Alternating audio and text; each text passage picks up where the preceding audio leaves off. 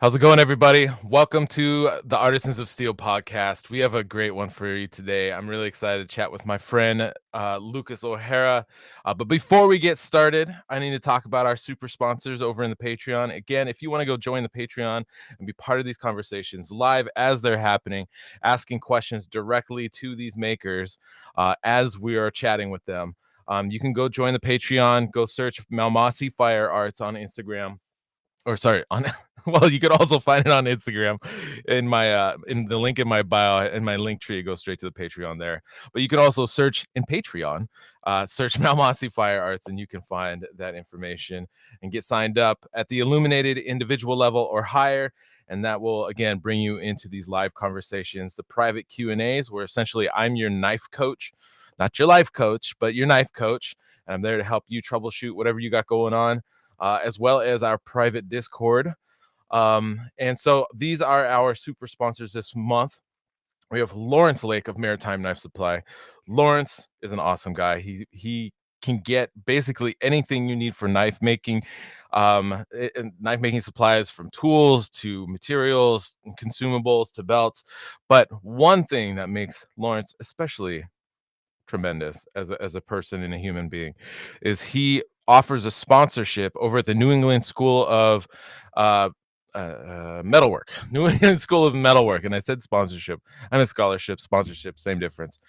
It's a $2,000. That's 2,000 US dollars. You apply. He's got a link on the Maritime Knife Supply website, maritimenifesupply.com. You go and apply. There are some rules around who can apply and not. This is really targeted towards newer makers, basically people who have only been making for maybe 2 years or less, um, to be able to come and take a class at the New England School of Metalwork.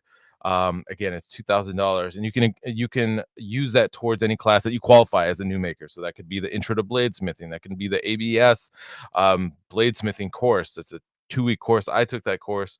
It was really great. We had a fun time in that class. Anyways, go over to maritimenifesupply.com, find the application for the scholarship. Don't try to go over and look at the New England School of Metalwork. Unfortunately, it is incredibly buried, which is weird to me because I feel like if somebody's trying to give $2,000 to somebody, you have that front and center. But anyways, it's buried on the page. Go to maritimenifesupply.com, where you can find that link to the application over on the New England School of Metalworks website. You can also find uh, Lawrence on Instagram, Facebook, and TikTok at Maritime Knife Supply. Whew. All right. Next up, we have Gabe Fletcher. He's Anchorage Brewing on Instagram. He's also Anchorage Forge. He's a really great guy. He's been really making waves in the knife making scenes lately, and I'm really proud of him. I'm thankful to be part of his journey. But he has really taken it, the things he's learned from me, and he's completely ran with them, and he's doing wild stuff. He's actually on the road hunting right now. But he's been part of like the what is it, the Damasteel Chef's Knife Invitational. He was one of the build along competitors. He made a great little knife. Great little knife. He took the steel and he actually did some forging to really spread out the material wider than you actually than the form it came in. And they gave really thin pieces. But outside of that, he has a really killer collaboration that he's just finished up with Joshua Prince, which has all these flame. It actually looks like serpents, two serpents kind of fly. If you've ever seen, was it Conan the Barbarian, where they're like the two serpents are head to head, like trying to bite the gem in the middle. It's kind of like that, except for the gem is a plug weld that Joshua Prince made, and then Gabe took it and welded it into the steel. He's got these serpents' heads on either side of it, trying to chomp on it. It's super cool. Go check it out. You can find him again on Instagram at Anchorage Forge. We got our guy Tony Sasma. He is TNT Forge. He is not currently on Instagram. I think Instagram kind of messed with him and he's lost his account for some reason. I think it actually got hacked, and so they ended up just shutting down that account. But he is still over on Facebook, so you can go find him on Facebook. TNT Forge, great guy.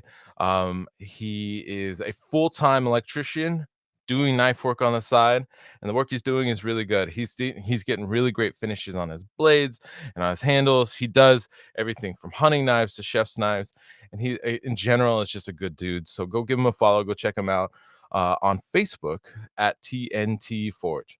All right, next up we have Josh Prince. He's Josh A, or sorry, not Josh Prince, sorry, Josh Weston. He's Josh A. Weston on Instagram.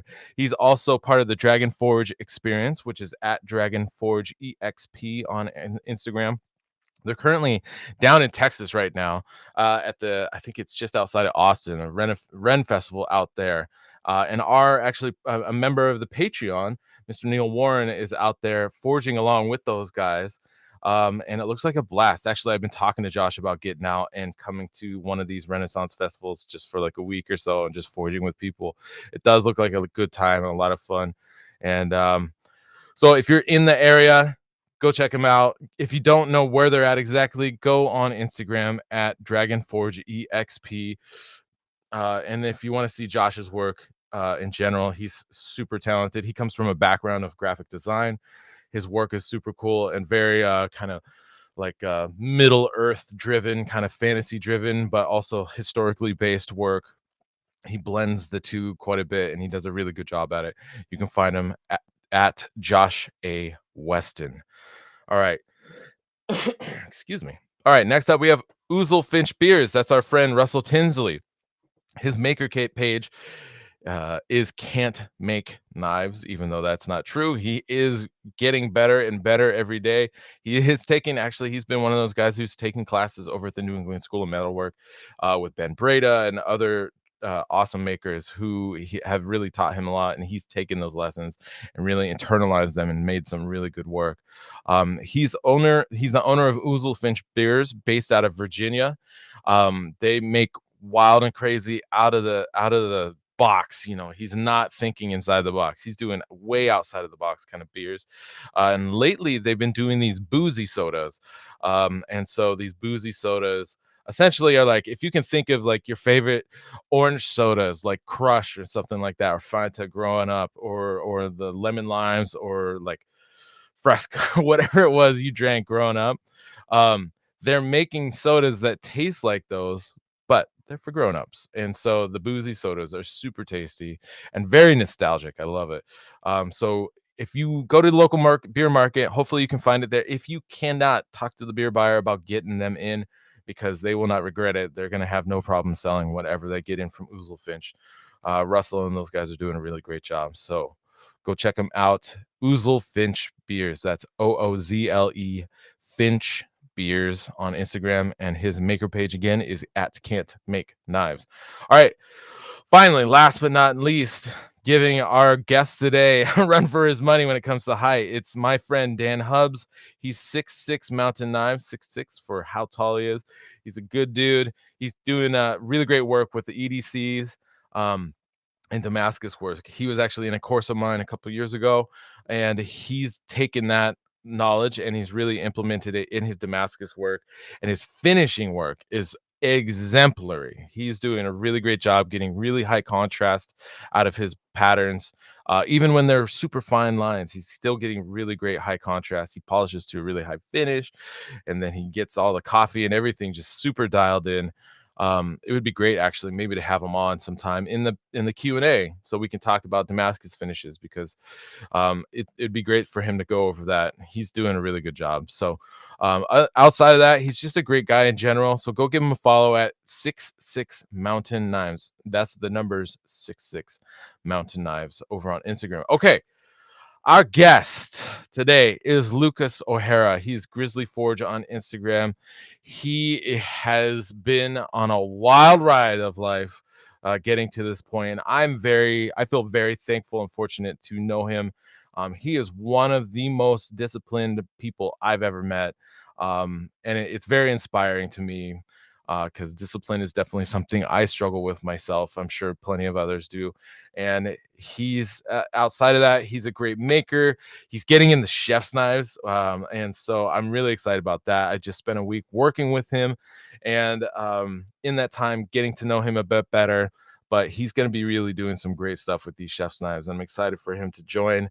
all the other great chefs, knife makers, in making awesome knives and getting people in the kitchen and having fun doing good work in the cooking. And I'm going to bring him in right now. Lucas O'Hara, how are you, my friend? What's up, man? How are you, It's Mareko? good to see you again. I feel like it's been forever, even though it's maybe only been like a week or Two 2 weeks, weeks yeah. since I've seen you last. I know it. Yeah, dude, your discipline, your work ethic is fucking impressive, I and I'm in a appreciate you, place in dude. my yeah, absolutely. I'm in a place in my life where I've gotten to a good place kind of with the business and my reputation in the knife making and stuff like that. But now I'm like dealing with all this like internal stuff in my head and just like when it comes to discipline or self motivation and self esteem and stuff like that, actually in general. And it's been really good. It was really great hanging out with you and talking with you, like so many, probably too many late nights talking Oh my until, God. like the wee hours of the morning about life and everything else. And so I just appreciate you and I thank you for joining Oh us hell here yeah, in the man. conversation. It's such a pleasure. I'm stoked to be here, dude. And all the kind words mean the world to me. As you know from hanging out with me, the discipline is kind of a newer thing over the last couple of years of really Sure. honing in on that. But I Yeah. appreciate it, man. I'm stoked to be here. Yeah, absolutely. No, it's impressive. And wait, all right, I was trying to remember. I think we met for the first time, and you would probably know better, but I believe it was 2019, but maybe it was 2018 I when think it was 18 was the 18 when we first first met. time we ever met. And I mean, I was barely, I think that's the year I started the LLC for Grizzly Forge. It was like right Right. after Blade that year. And yeah, that was our first time meeting. And I didn't know anybody really at Blade at that time. I was brand new into this. And you Yeah. and Laura Swartzer, especially, were two people that I asked a lot of questions and you gave me a lot of your time at that time. And I mean, Blade Show, I know it can be overwhelming, and especially for you, can be another level of overwhelming because I was Sure. closer to Forge and Fire and all that. And Right. you're quite the celebrity there. So you taking the time to talk to someone who Yeah. was literally a nothing. And I think you gave me almost 30 minutes of just kind of walking me through the next step of where I want to take Grizzly Forge. And Yeah. you and Laura's conversations, that Blade Show, is what made me commit to actually going all in on this and taking the risk. And I'm so grateful I did. Well, and you were smart about it because you showed up at the right time. It was like at the end of the day, I think on the last day of Blade Yeah. Show. And we were still there. Neil and I were still there, and so timing was perfect because the crowd had really thinned out. A lot of people had started to take off, and you were still cruising around. I think that was smart, a smart move on your part because Those Sundays are special days. A lot of people sleep on Sundays, and I yeah, mean, some of the best stuff I've ever picked up, some of the best deals and best conversations have always been on Sunday when yeah, everyone's kind of weeding out. yeah, and you said my first thought when you're like, yeah, you talked to me for like 30 minutes. I was like, 30 minutes isn't that much time, but putting it in the context of Blade A Show, Blade Show, that's a that's like lot of for time. fucking ever because usually, like, you get maybe a couple minutes with people, and then it's like, "Alright." Like, and Well, and it's it's your not just me, it's attention. just everybody, right? And it's Just the 'cause attention span. Like when you're trying to lock on someone, I would say like that 5 minute mark is like as yeah, much. And then there's people like weirdly hovering to talk to you or yeah, something else. And then you're like just getting dragged. And it was like a solid 30 minutes of completely locked on, not being yeah. bothered. And that's very rare there. Yeah, and I think I think you kinda snuck up on me Yeah, because no, I did I for was probably, sure. like, talking to somebody, and then I turned around, and you were there, and you're like, "Hi, it's a it's an honor to meet you," or whatever you said. "It's really And nice to you're, meet you." And I'm like, "Holy shit, you're fucking huge, dude." that was literally your first words. Is You were that like, oh my God, what's wrong with you? 'cause you're 6'7" and Yeah. I'm 5'8", so you're basically a full foot taller than me. Yeah. Um, And we and figured that out even more so in the shop this last week. yeah. But, yeah, I had to stand on the little kid's stepping stool that they use for washing their hands. I had to use that to stand at the grinder and grind. Yeah, I did not think out building my shop. I built it specifically for me. I broke my back about 5 years ago. And so everything for me is like, if I can have it at my height, I'm way better. Right. But I did not think that through having people over to help. No, the stepping stool was perfect because like I said, I'm basically a foot shorter than you, and that stepping stool was exactly exactly that difference, and so I just It stood on it. was. It was very small. It was like a 10 by 10 base, and so I'm It's used to literally like like a little kid I'm filled used to out. like standing and moving all over the place. I'm like, all right, I got to be really careful, otherwise I'm gonna fall over. um, no, it was really great to meet you, and I remember our conversation, um, and I think I don't know what to say about it. It's just that's the point of going to those shows and having that opportunity and that time to talk with people that you wouldn't otherwise get to really meet. It's hard to just like cold message somebody and be like, "Hey, I want to connect with you. I have all these different questions, blah blah blah." But like if somebody does that through social media, like I said, it's like cold messaging, it's cold calling. Mhm. And it doesn't feel the same as meeting somebody face to face. And once I've met somebody face to face and I've got a sense for their integrity or their person, and obviously it's only like with a few minutes, but even that few minutes, like I'm really good at reading people, and I can tell right off the bat if that's somebody I want to keep talking to. And so if you're a decent person and you want to connect with anybody, try to do it in person with them, because that will make them much more amenable to continuing that conversation online in the future, versus just like, who's this person I don't know just Yeah. randomly messaging me asking me a million fucking questions. Like, I don't know you. And Well, and it wasn't yeah, even, I think when we met, it was literally just to shake your hand and be like, dude, I'm a huge fan. I love what you do. It's right, amazing. And then just through natural talking, it kind of, and you and I are both blessed in that sense. The way we talk is very similar. right, So that, hi, man, nice to meet you, was very cool that it turned into what it did and kind of just naturally led into the conversation that we had where you were legitimately giving me your attention and I shared, kind of where I was. I was potentially looking at moving up to Montana to work with Bearing Made, James over at oh Bearing yeah, Made. Skagel style was what got me into knife making. It's always been the style I was obsessed with and loved those guys. And I talked to James and Grant at the time, kind of, hey, I really like this. And he kind of pitched the idea of potentially moving up there and working hmm with them. And I didn't really think I could do it as a business. And that's where that conversation with you kind of led in of, dude, what do you have to lose? And it yeah, was like, oh, you're right. I should just do it. And, yeah, that was what, 2019. How many years is that now? That was, or uh 18. It's like 6, 7 years yeah, ago. 6 years ago, It's going on wild. 7. Yeah. And to see where it's at now, it's like some of the best advice I ever got. It's Hell, just those little bitty things that'll just nudge someone. hell yeah. Before we get too much deeper in the conversation, I think your microphone might be rubbing against your beard just a little bit. Got it. Um, and so yeah, just That yeah, works. hopefully that yeah.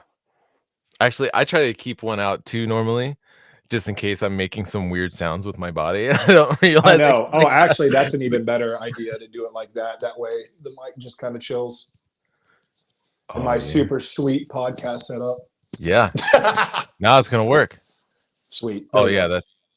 that's dude, you nailed it. That's way better. Boom. Um okay. Now that we've kind of talked intro and how we met originally and got to know each other, and I feel like it's, like we said, that was 6 going on 7 years ago. Mm, We've stayed connected over the years, and it's been fucking phenomenal watching your progression and watching you grow and everything you've done and opportunities you take, and to really advance yourself as a maker but also as a businessman is really impressive. And I think that's something that a lot of makers struggle with, because the reality is I don't think that's really very natural for a lot of creative people to be both creative in designing and making things, as well as having the business acumen, and really not just the business acumen, but the understanding of how to connect, build community, market, and brand yourself so that you have an audience to sell your work to. And I think that's something that a lot of makers have been struggling with, especially in the last year with Instagram and the algorithms and stuff like for that, sure. is figuring out how to stay connected with your audiences. And you've really done a great job with that. And so I just want to add that last little bit real quick. We can touch on that more in a while. But that is just other stuff that I'm really impressed impressed with by you. Thanks, But man. before we get too deep in all that, I know you've been on other podcasts, you've done other things. I really appreciate you joining my podcast because I know you're careful about where you go and tell your story and talk. And so I was hoping that you would just take a couple minutes and tell us about who you are and where you came from, what some of your background is that has led to you being a knife maker and getting into knives and being such a successful businessman as well. Well, I was born and raised here in Atlanta, Georgia. I'm one of 6 kids, homeschooled, not really wealthy or anything like that. We were never wanted for anything, but I didn't even have my own bedroom till I was in the military. That was the first time I had my own space, Right. but was raised here, incredibly sheltered. Very naive growing up. We were very religious based growing up, especially with how we were homeschooled and everything. So, kind of a sheltered childhood growing up. And then I joined the Army. I lost my dad. My dad was killed by a drunk driver when I was Mm. 13 years old. And when we lost him, it kind of shifted the entire family dynamic. And we were already kind of lacking some attention that we should have been getting. And when we lost him, he was kind of the one that kept the whole family together. And my mom kind of went off the deep end on that. So for Mm. me, it was how can I get out the fastest I can? And I've always been a larger human, and I've kind of, you and I talked about it this last week, of just I've always been wired as kind of like a protector, kind of just want to help. Yeah. And I knew I wanted to do something in that realm. And so for me at my age, I couldn't become a police officer or anything like that till I turned 21. So the next route that I was interested in was the military, and then I signed up at 17, and then joined right after 18. And because I had some health issues that slowed me down, but joined super young, and then Mhm. did 8 years in the Army, where I was a sniper most of my career. Did a couple deployments to Iraq, got out, then contracted for another 2 or so years with Department of State back overseas. And then we started seriously considering having kids. And things at the time weren't going super awesome with my wife while I was overseas. And I knew that's something I really wanted to keep. So ended my contract, came back home, Right. really focused on the family aspect. And then we got pregnant about 2 months later. And at the time, when I wasn't contracting overseas, I was bodyguarding. I worked for close to 7 years in Atlanta in nightclubs, bars, doing securities, and then got very heavily into bodyguarding. And I absolutely love that. It's probably one of my favorite professions I had. But once we had Reagan, our first daughter, just that lifestyle and how much I was traveling and everything just wasn't working anymore. Right. And I was also struggling to find my place in the real world. I had been carrying a gun since I was 17 years old, Right. and that was all my profession was for the 10 years leading up. And then add another 5 on that, bodyguarding and everything. I didn't know what else I could do. So I ended up hands on, and blue collar jobs is what I've always loved. I like working. I like doing things with my hands. I can't be in an office. I'm incredibly ADHD, like a lot of people in our community are. Yeah. And I knew I had to find something that I could do and see a product come out of it. So I Right. actually used my GI Bill to go to welding school. So Mm. I started welding school, and at the time I'm working 3 jobs, also doing welding school and everything with a brand new. We had McKinley because our daughters are almost Irish twins, so they're 15 Oh, months apart. okay. So we had our second child really fast after Reagan. So we had a 1 year old and an infant, and went to welding school and was like, all right, I'm going to kind of start shifting out of this nightlife and this more dangerous work, try to find my place in the real world. Sure. And I thought that was going to be a welder. So I was maybe 2 months into welding school, and we saw an article, and I don't even remember what it was, whether it was online or newspaper, but it was a local blacksmith school here in Atlanta, Goat and Hammer, run by Mark Hopper and Jessica Collins. And they had a little class. It was make a knife out of a railroad spike, and they had a Yeah. program called Hammer Therapy for vets. Oh, And wow. it was like $120 to go take the class, and I did. And I'll never forget, I was just not in a good place mentally. Sure. I was just struggling. I was still me, but if you were close to me, you knew something was really wrong. Right. And when I came home from that class, I'll never forget, my wife Sid, when I walked in, she was like, "Oh my God, what?" And I'm just going on and on about how amazing this was, and like the fire, and look what I made. And Yeah. she was like, "I don't know what's going on here, but you need to do this again." Yeah. And we at this time didn't even have a lot of money. And the classes, blacksmith classes, can very quickly add up 120, 200, 400 Right. as your skill progresses. The classes get more expensive. So we did some moving around of finances, and I took 2 or 3 more classes. And then I started building a real relationship with Mark and Jess. And they really saw how it was helping me. And that kind of shifted from, taking the classes to, hey, come sweep, come help, come move stuff around. Mark started helping me with my class prices. And I like to think that they just saw that true passion in me, and they really, they were my first blacksmith family. You Sure. know how amazing our community is, and especially the family that I've fallen into. Mark and Jess were the first, and it felt like I was going somewhere that was safe and had a home feeling, and I could be completely egoless. Walk in there, know absolutely nothing, sit down, go to them and say, "Hey, what are we doing today?" And whatever they told me to do, I did. And it was Yeah. just this place where I didn't have to think, and I just got to be safe and learn an art that I was very quickly falling in love with. That's amazing. Um, so I took classes with Mark and Jess for about a year and a half or so, and Mark didn't even really let me make knives in the beginning. Mark is a traditional blacksmith in training, and they mainly just do classes. Mark very easily could have gone and become a massive knife maker himself and created this whole business like a lot of us do. But teaching is truly where his heart lies. Okay. And I don't think there's anyone better at it. Sure. So for him, he wanted to see me become a blacksmith first. Mhm. So it was make my hammer, make my tongs, make my drift, Oh, make wow. all the tools that go into blacksmithing, and then you can learn how to make other things. That's So great. my first round of classes were all just traditional blacksmithing classes.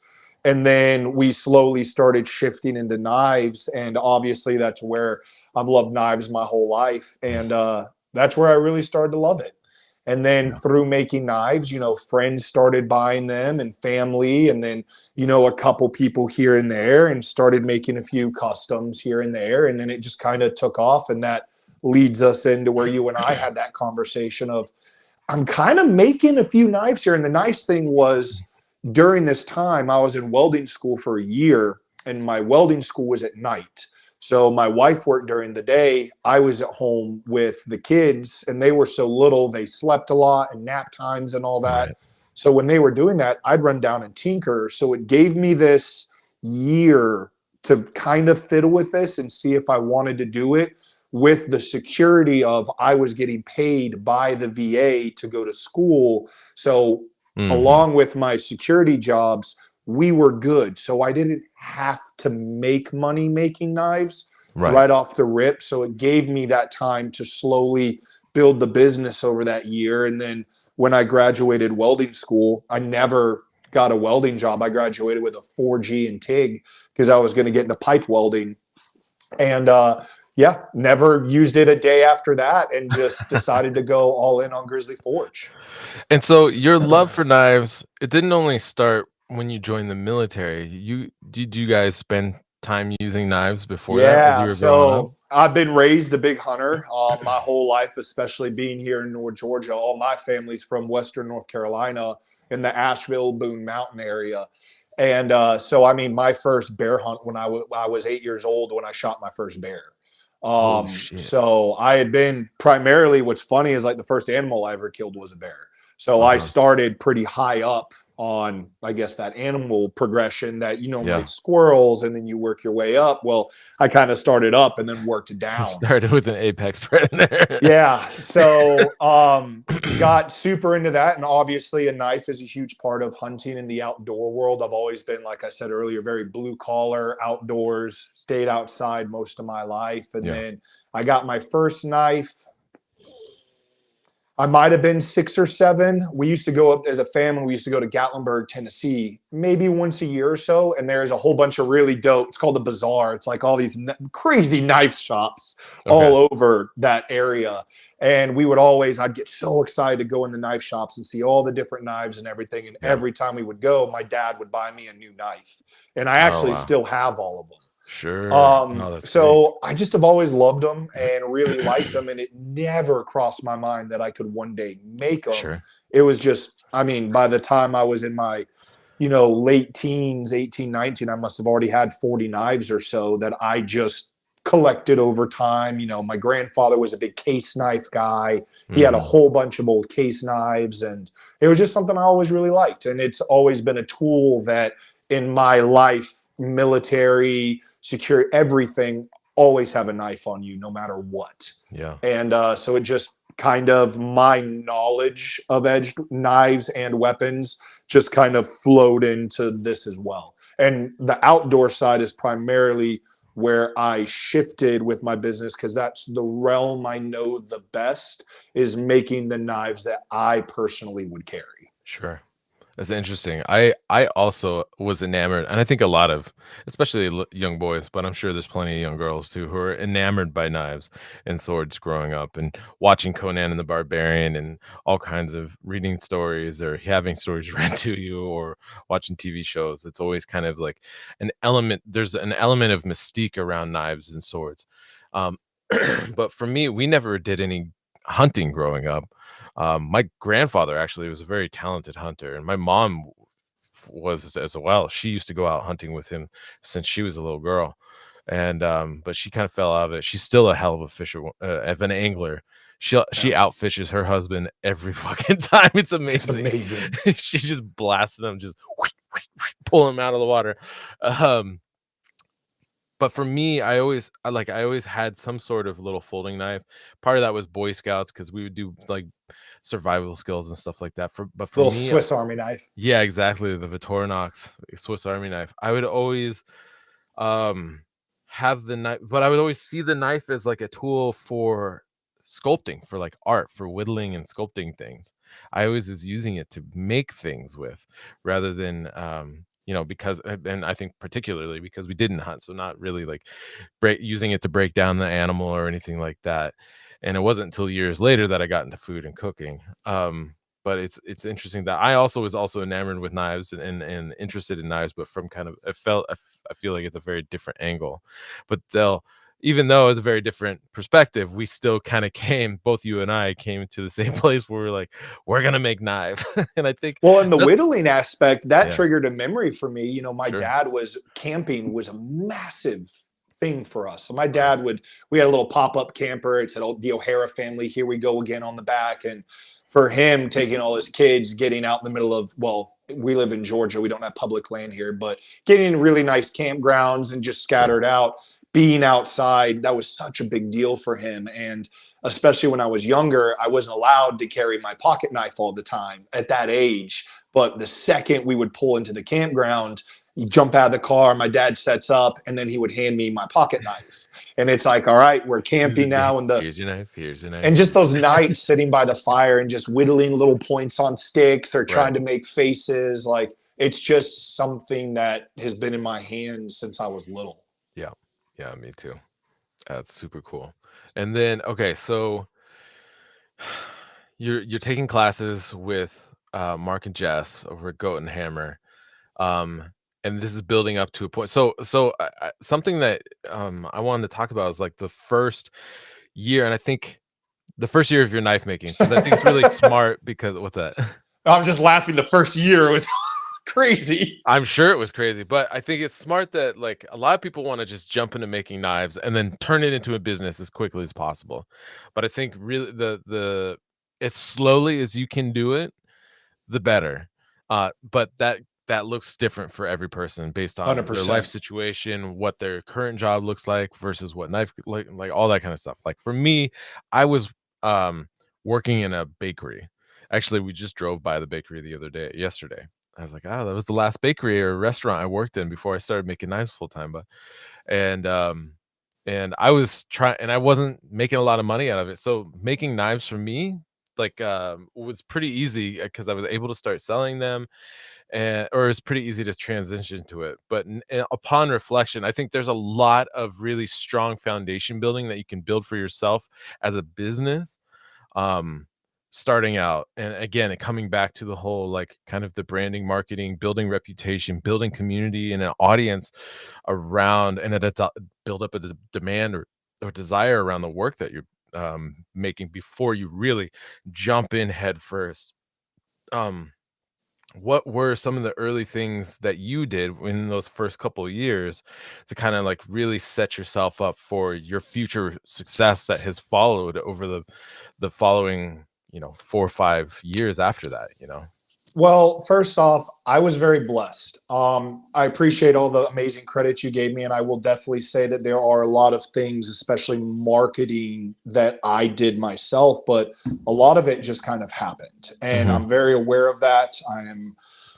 I to this day don't even really understand. Like I do, and especially over this last year, I've gained a lot more confidence of what I actually did. But a Sure. lot of it just kind of happened. So for me, you keep saying the word community, and that's where I built this from. So I've always been incredibly community driven. I hate the word tribe, but Mm. having a community around you and building those relationships is something that's been ingrained in me since the beginning. All the companies I've supported, every single thing I kind of lean towards is community based. You Right. and I both are a part of Sornex and Winter Strong, and I work very closely with Black Rifle, and Yeah. everywhere that I put myself, if you really look at it, there's a community in there. Yeah. So for me early on, that community is what really attracted me, and the people and the relationships. I'm a people, relationship, community driven person. Sure. And I think that a lot of makers are more introverted and maybe don't put themselves out there as much. Right. So for me, Absolutely. early on, putting myself out there, and a lot of what I'm saying, this is for that time frame. I wouldn't be able to approach it the same way I did then because of how much everything changed after 2020, I would say, roughly, with Okay. social media and everything. But at that time, social media was kind of wide open. It was the Wild West. Nobody was getting shadow banned. It was Yeah. a very different time. And there weren't any makers really putting themselves out there. They put their work out there and people could see the knives. But I'll never forget, it was something that really resonated with me. It was my second blade show. Once my name was slowly getting out there, I was having makers come up to me and they were like, dude, what's up? SK Knives. And I'm like, oh, dude, we've been talking for a year. I don't even know what Yeah. you look like. And For sure. I, a lot of people were putting their work out there, and my brain saw, okay, there's all these amazing makers. I'm nowhere even close to any of these makers. My work won't match the work. If you're buying knives and creating a self off of how amazing your work looks, that's not a new knife maker. So for me, I just rolled into what I always do, being myself, more me and the knives. Like a Right. Grizzly Forge knife is myself as well. Over these last 7 years, they're both synonymous with me, Yeah. and putting myself out there, and people, you're not only buying a really cool knife, but you're supporting that person. And that's what I like. All the clothes I buy, the stuff I buy, almost everything I own over these last 10 years is directly tied to either a brand or a person. I Okay. want to support this person. For sure. And my business at that time, me doing that style of content, the business took off way before my knives did. And that was something that I don't want to say I felt guilty over, but something that definitely messed with me is my demand blew up very quickly where I Mm, didn't think my work matched that demand. I see. So I very fast got stuck in this. I was getting orders like crazy, shelling out customs. Yeah. And customs is kind of where I feel like most people get in right away, is doing customs, because doing the drop method, unless you already have a name for yourself and people want to support you, drops can be a little hairy in the beginning. Yeah. And so going that custom route for those first 7 months is kind of what got my feet in the door and started building that skill up a little bit. And I almost failed at that. Within seven Mm. months of going full time, our power got shut off, our water got shut off. Oh, shit. We were probably 3 weeks away from having nothing left. I had literally just gone downstairs, photographed my entire shop to sell everything, and I had just put in 3 resumes for welding jobs Right. and was like, well, it was a good run. And I'll never forget Sid at the time. Even with our brand new babies, we don't even have water turned on right now. Mm. Was like, it can't get worse. Let's just wait 2 more weeks and see what happens. Oh my And god, that's amazing. 1 week after that conversation, I got a phone call from Evan Hafer, the CEO of Black Rifle Coffee. And like I said, at that point, I had made maybe 30 knives. Okay. And Evan reached out and was like, hey, I've got this idea for a little bag opener. At the time, the coffee bags weren't resealable. It was just a bag. And he Yeah. was like, we want to do a limited run of these bag openers. That's just a small little blade that, because they couldn't market knives, but they could do a bag opener. Sure. So they were like, could you do something? Could you send me some designs? And I was like, oh, holy shit, absolutely, I can. Sent him 5 designs within like 5 minutes, just drawn out on my whiteboard. And he was like, I like that one. Let's do 50. And I had no idea how I was going to do that. But I said, oh, yeah, I can do 50, no problem. And ordered everything, cut everything out of stock, which Mhm. cutting that much, I mean, it took me 2 days just to cut everything out. Because at the Right. time, I started off fully forging everything. Sure. And Mark told me, hey, this is great, but if you're doing a business, this doesn't make a lot of sense. Okay. He already kind of knew where my brain was. So I'll get a whole bunch of my knives at this point, they'll get water jetted out. And Yeah. then I'll forge on those blanks to give them, not every one of them is going to be the same after you do that. They all have Right. got different texture. And, I personally like hot marking all of my knives. So I For sure. stamp every one of them, and it just gives it a little bit of a different look. And I've always, if you've followed me or seen my work, I'm very honest with how I make everything. Um, and that worked. So I cut all those out, forged them all, and it took me 2 weeks to do that. And I mean, there's an old photo way back where, I mean, my hands, I must have had 30 blisters all over my hands from Yeah. just, I hadn't built the calluses yet that we have now, and Sure. just getting into that. So once he put in that order, I mean, I got paid within an hour of him doing that, and that turned Oh, shit. everything on for us. And then Yeah. through the promotion through Black Rifle and being able to do that, it started, the demand I started getting really started picking up. So I already had maybe 30 customs lined up. And at the time, I wasn't taking money prior. I only Okay. take money a week before I start. Just, there's this weird mindset of, it makes you feel like you're working for free if you get paid early. Sure. So I already was staying away from taking all the money up front and then shelling those knives out. Which is smart. So I finished up that order, started getting customs like crazy. And once I did that, Evan reached back out maybe 6 months later, was like, hey, could you do another run of 250? Holy shit. And I obviously was like, absolutely. Again, this is Yeah. amazing and huge. So this time, was able to speed the process up way more, brought in some help.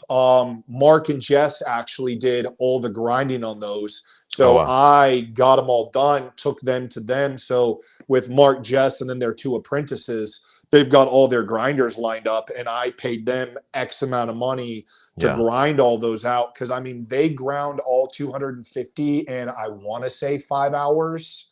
Because Whoa. Mark would blast them in past the Jess, she would do this, past the next guy, he'd buff it out, past this guy, he'd sharpen them.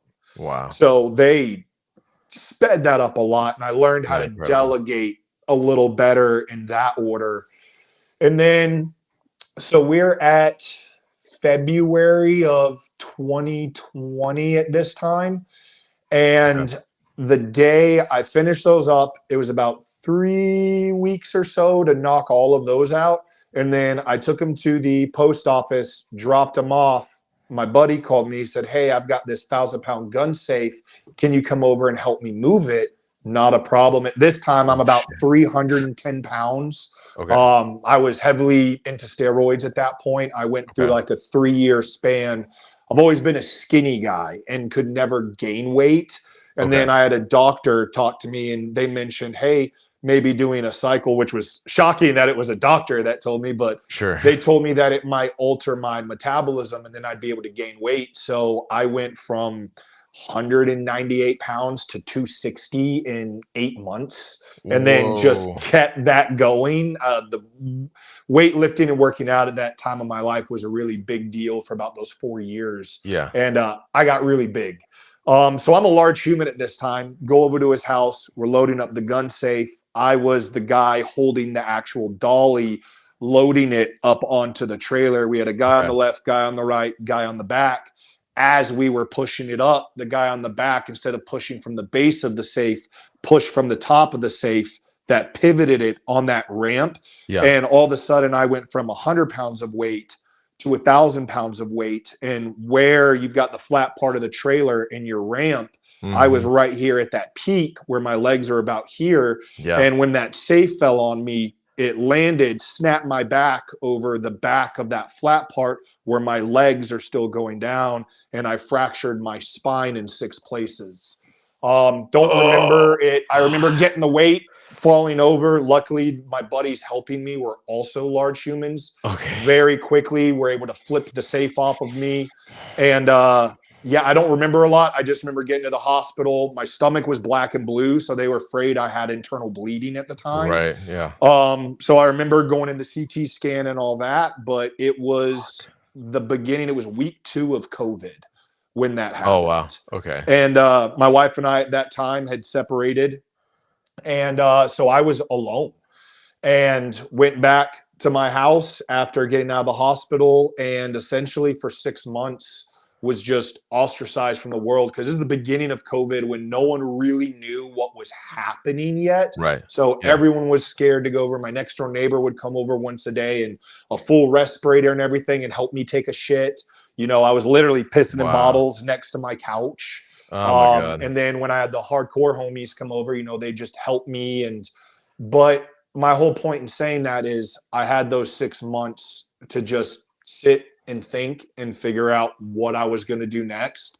And once I recovered from that about 6 months later and could move again, I canceled out. Oh, and let me also say during that time, Evan reached out to me maybe 3 weeks into doing this. I have no way of making money because I'm a full-time knife maker. And he essentially was like, hey, we're going to put in an order for another 100 of these for next Christmas. And I didn't realize what he was saying at that time. And my bank account went off for another nice chunk of money. And I texted him and I was like, hey, dude, you've already paid me for that order. And he goes, no, no, no. This is for the future. And that money is what let me survive for those Mm. 6 months. So that's the second time now in this story that, unbeknownst to him, he essentially saved my business. Right. So when I came out of that, I still had the big social media push from doing that first or second order. And then when I came out, I canceled all of my customs because it had been 6 months. So it was a nice way for me to say, hey guys, I can't do this. I don't know when I'm going to be able to make knives again. Yeah. We'll reconvene when I come back. And when I came back is when I made the shift to drops. I got you. And from that day on, I never did anything besides drops. Right. Here's I found your Yeah, these are the the OG first run? bag opener. Yeah. Yep. So this is the first run. And it was literally just that little, I think I did them all out of 80 CRV2 Yeah. and just a very basic little blade. And Yeah. that essentially is what saved my business in the first days. Wow. That's That amazing. that little sucker right there. Yeah, and then I think you said you had the dirty hands. I think it's just a little bit down here. Oh man, I swear to God, I just saw it. Oh, Oh. those are so old. I Yeah. haven't even gone this far back in so long. I know, scrubbing It's through. just this photo I'll of my hands covered in bandages. I'll find it again in a second. Man, that is yeah.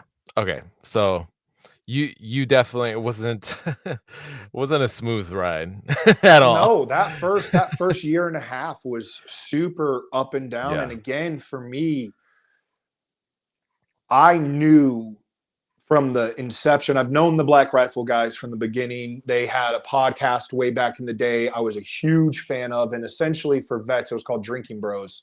And Mm, it's then shifted what it was back in the day, but what they built was a community, and it right. was a place that it was military humor, say whatever you want. It gave me that community. And very early on, this is even before Black Rifle turned into what it was, I was like, I have to be a part of this. I Yeah. felt drawn to this community, and so I worked myself into that community leading up to this time where then Evan reached out and wanted to do this with me. And because of that community and everything that comes with it, is again what took Grizzly Forge to that next level and let me do drops. So it was building that community around myself and that diehard demographic that I saw in Black Rifle. And another company I used to support, Flag, or still do, Flag Nor Fail, was this clothing brand in the early Mm, 2000s that blew up because they were doing guerrilla marketing. Their marketing was unlike anything at that time, and they built this brand around workout clothes.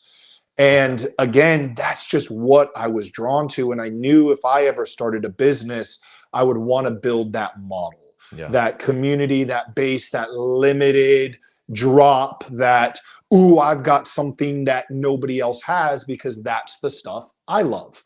I love Dixon's. That's one of the reasons I love this brand is Yeah. when they do a drop of shirts, when those are gone, you're not getting that Dixon again unless they do, a generational drop a few years later. Sure. We're bringing this back for a limited time. And that is very quickly on what I wanted to market my business towards, was what I love. And if you don't love it, I see a lot of guys try to do that, but if it's Yeah. not who you are, that's where it's kind of difficult giving people advice, because if it's not you and what you really love, Mhm. that comes across very quickly of, this person's really not about it. They're just trying to get somewhere. Yeah. And I never had that. I'm trying to get something. I just loved it. I mean, that's how we became friends. All my big knife Excuse me. friends all got started not because of knife making. It was because of that community, building real relationships. I actually really like this person as a human. And then, I mean, we've been friends for how long? 6 years, Yeah, we were just 16 years. saying. Yeah, And yeah. I just took a class from you 2 weeks ago. Right. So for me, it's important building that relationship and getting to know those people, because then I find that the learning comes completely different. And I know that Yeah. I'm blessed to have been able to do that, but that I think is where a lot of my success has come from, is building those real relationships, even with my clients. Yeah, and I think that's it was really smart for you to pivot to the newsletter drop because I think once you have built up that demand and that reputation and that draw for your work, that's a great way for a maker to be able to make a set of knives or kind of explore something they want to explore, work with a certain handle material they want to work with, or they have this idea like you do all kinds of different stuff with stuff inset into the handles and stuff like that. Like you have these ideas and you're like, I want to do this next. And then because you have that demand, you can build the knives you want, and they're still knives that you know your customers are going to want. But you're building them in your way. You're not building them to anybody's specific desires, and then you drop them, and because of that demand again, and that community that you've built, and that that reputation, that connection, um when they go on sale, they're like poof, they're gone, which is freaking awesome. And I think when I wish that in my business I had transitioned to a model like that a lot, a long time ago, a long time ago. um when I first started out, all the guys that I was around, um, were like, it was all about how deep is your backlog? How many custom orders? How many years out are you? And that was like the metric by which people measured each other's success or compared each other's Oh, success. I'm 2 years out. Yeah, I have 2 years of orders, and or I have 4 years of orders. It's like, wow, that sounds amazing. That means it to me. That sounds like a bunch of guaranteed work, but at the Security. yeah, security. And so, and especially when I first started out, like I was very insecure about, even though I knew I was doing good work, I wasn't sure if I was connecting or had enough people interested in my work that it was going to be able to sell, even if I was selling one piece at a time, which I basically kind of was. And but I really I should have recognized a long time ago, probably in 2000, probably like 2016 or 17, which was me basically 3 or 4 years in. And so starting out, I think starting out customs is kind of what you got to do to kind of get your name out there, get people interested in your work, do a good job, not just making the knives, but also interacting with those people, getting the work to them in a timely manner. but but once you, and then they'll start to do kind of word of mouth and start talking about it, not only directly to friends of theirs, but also in forums or in conversations or whatever.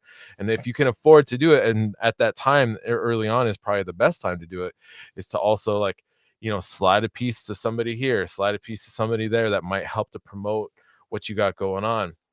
But Well, as and soon, that's a big deal for me. We talked about that this last week yeah, of I consider that my marketing budget yep, for so absolutely, for over 6 years now.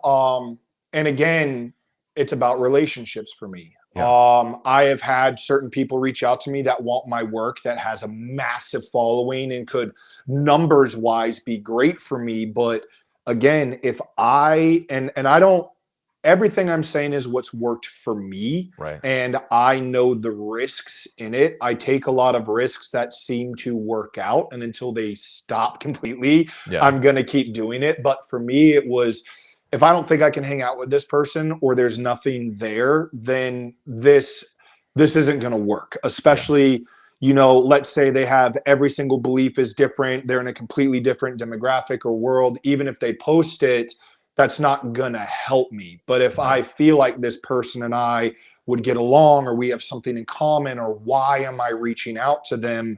Their demographic, if you pick, then their demographic will be more helpful towards you in business. So I probably send 5 to 10 DMs a month to people that do something that I love. I feel like I would get along with them as a human. So personally, there is something there I like.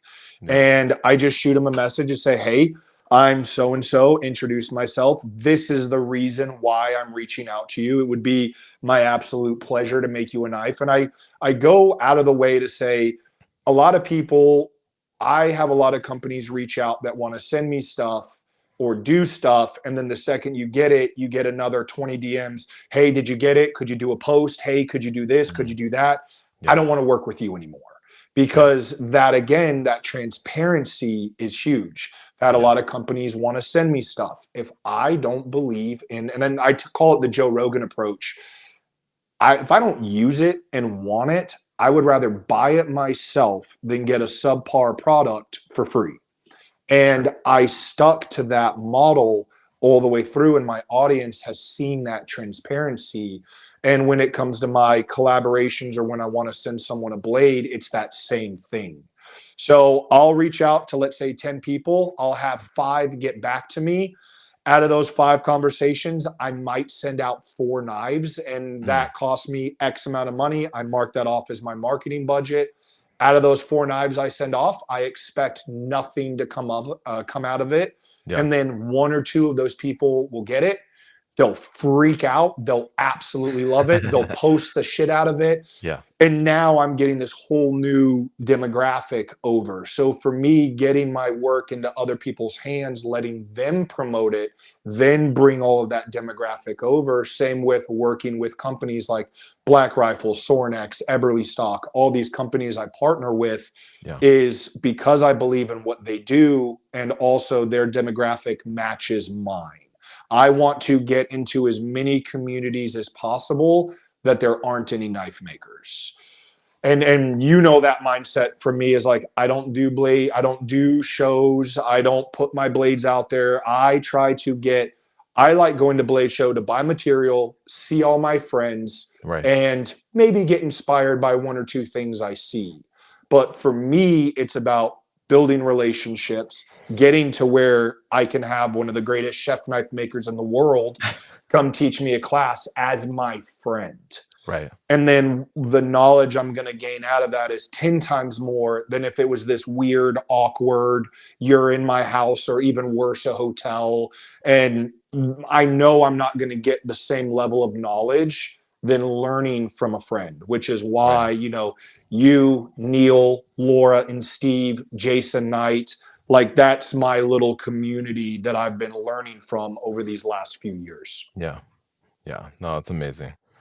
Um, I have what was it? I found a picture of you with Mark that I wanted to share just because it's so great, and he's been such a big part of your Uh journey huh. too. And so, and you said he's over at Goat and Hammer, Goat and right? Hammer, Goat and Hammer here in North Georgia. They actually just got a brand new building, and they are a full time teaching school. So they've got, I want to say, 12 to 15 anvils, forges, whole 9 yards, and I Oh mean, wow. they teach 3 to 4 classes a week, Oh wow. and multiple different levels, everything from beginner level all the way up to private classes, maxed out, crazy stuff. So you can go on their website, find all their classes, and they've been building this new space for the last 2 years. And they're just now getting into where they can really start ramping up their classes again, because they were at this big in Atlanta. They were at what was called the Goat Farm, which was an artist area where you had like painters and pottery and Okay. all. It was like art compound. I don't really know how to Sure. describe that.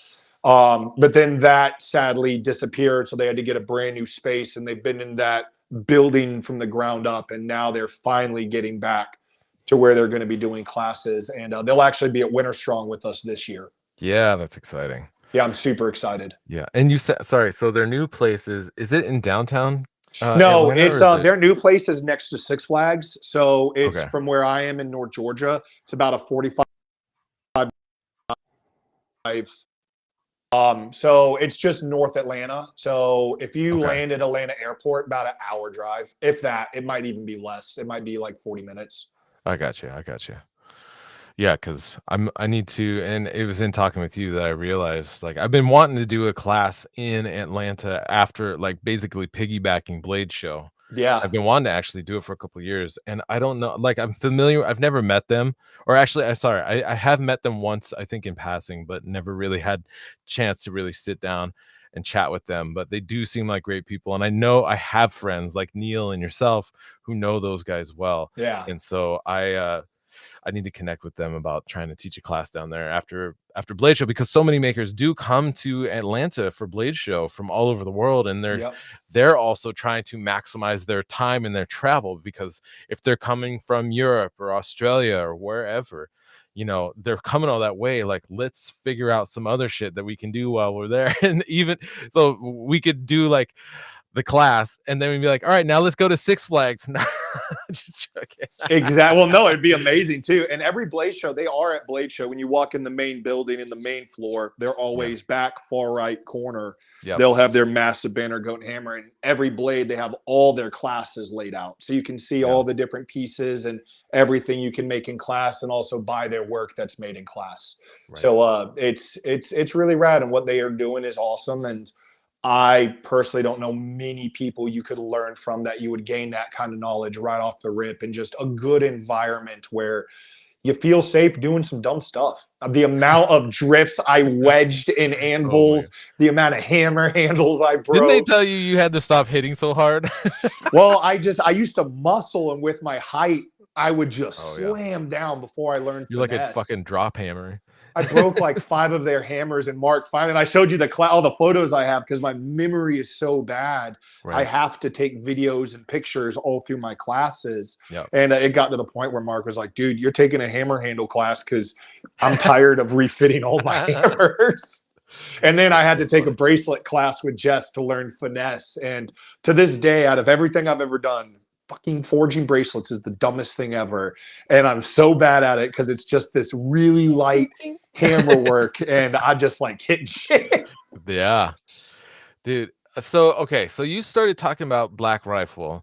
Yeah. And I feel like not only was I mean, you said that Evan kind of like saved you at a couple pretty crucial points in your career, when you were first starting out, and then when your back broke, but they were a big part of your evolution as a maker, and kind of kind of getting back to building up brand and reputation and getting to connect with other influential people.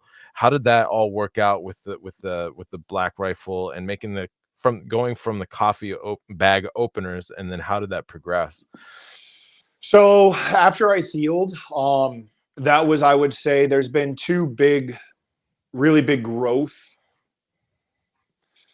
moments in my life, and that was one of them, where the life that I was living was just kind of all over the place. And when I broke my back, it forced me to really be in my own thoughts for 6 months. And that was that first time of like, all right, I want to change some things out as who I am as a human. My wife and I had been separated at that time. We had fixed things out after I broke my back. She moved back in. Everything was going great. And then within like a few weeks of her moving in, Evan reached out, because at this time, Evan had been playing with the idea of us moving to Utah. He had this big building on their compound in Salt Lake, and he was like, I'm not doing anything with this. Do you want to move your forge here? And then when Sydney and I separated, obviously that was out the window. And then within a week of him finding out that we were back together, he reached out and was like, offer still here. So very quickly, Sid and I jumped on a flight. She had no interest in going out there really at that time. She's very plugged in here with her family and friends, and everyone's here, and we're both from Georgia. And I've been a nomad since I was 17. So for me, it was, well, this is the greatest opportunity ever. Let's go. So we went out there. She saw how amazing it was. We loved Utah. And she just kind of was like, all right, let's do it. So packed the family up, and we moved to Salt Lake, and got set up there at Black Rifle. Was there for almost 3 years. Brought another blacksmith, Gunstone Creations, from out literally right where you are. Moved him and his family out there, and he was my shop mate for 2 years. And we had the time of our lives, did a lot of really rad stuff. And through being at Black Rifle, now I'm doing projects with them. I'm getting even more eyeballs on my work on top of everything that I was already doing. So through bodyguarding, for as long as I did, I have access to a very different demographic of people that a lot of people have access to. And so for me, it was very easy to get my knives into very notable people's hands. So that very much helped my business of, especially in the UFC world. Nate Diaz was one of my very first supporters of my knives early on, back when I was still in Georgia before moving to Utah. And people like that helped me out a lot. My Revenant the staple of Grizzly Forge was designed for Jack Carr, the author from the Terminal List. You know, Jack Yeah. reached out to me when I was still in Georgia, wanted to do a knife, so I created that knife specifically for him. And over the last 5 years, that's turned into the staple of Grizzly Forge. So by the time I got to Black Rifle, I already had a really good network of people, and all of my network tied in with the Black Rifle network. So it was just taking all these, same with Sornex. It's all of these different communities that are all touching each other. So I see people here at Sornex, I see them at Black Rifle, I see them at this event. So again, I built that massive community around me where I was just hopping from, you know, UFC to Black Rifle to this to that. So when we got up there, it just was amazing. And I was business is crushing, hyper focused on all of this that's going on. And I let my personal life and my family completely fall to the wayside. Yeah. Look how amazing everything is. Look at this amazing life we have. Look at what I've provided. Look at everything that's crushing. We're so blessed. And I, being such a people person and such a give myself to everybody, whether I don't know you or we've been friends for 10 years, I pretty much talk to everyone the exact same. So it builds relationships really quickly. And I was hyper focused on, I'm a bit of an overthinker. So when I have a lot of friends, I give a lot of myself to all of these different outlets and was completely neglecting the one that mattered the most. Mm. So when we were about 2 to 3 years in, I was in the process of looking to move to Washington. Tori and I had played with the idea of me moving out there and being in his shop and doing all that. And we were 2 weeks away from the move when my wife was just like, I can't do this anymore. Mhm. Told me essentially that it was over and she wanted a divorce. And I, when I tell you I was rocked by that, because in my mind, I'm killing it. I'm crushing it. Business is amazing. I'm partnered with one of the greatest companies ever. I'm traveling all over the place. I have this amazing life, a beautiful wife, amazing daughters. Look how great I am. And was very quickly humbled and realized that none of that mattered. And I had lost the thing that was most important to me. Mm. So it was, I got really dark there for the first 24 hours and struggled with some things during that time. And when I made the decision that I'm going to stay on this earth, it was all right. If I'm going to do this, then I'm going to do it the way I always should have. And very quickly decided that the move to Washington wasn't happening. I had to get my family back to the state that I essentially kidnapped them from. And Sure. not to say we didn't have a great time and, you know, had a wonderful time in Utah, Right. but I picked my wife up from everything she loved and knew, took her to a place where I am literally living in my paradise. I've wanted to live in the mountains my entire life. Right. And all of my friends are here. So she's watching me thrive and she's cut off from everything. Sure. And I never understood how important that was at that time because I was so hyper focused on me, and justifying it by I'm building this amazing life for my Right. family and losing sight of what's really important. Yeah. So sold essentially everything I had, every knife of mine that I owned, all my anniversary blades, everything. Got enough money. My best friend flew out, moved us back to Georgia. Her family was able to get her a house. She got moved in. And then for 3 months, I had nothing. And when we got back, the day I got back to Georgia, I received a letter from the IRS saying that I owed over $170,000 in back taxes. I had liens on absolutely everything. Oh shit.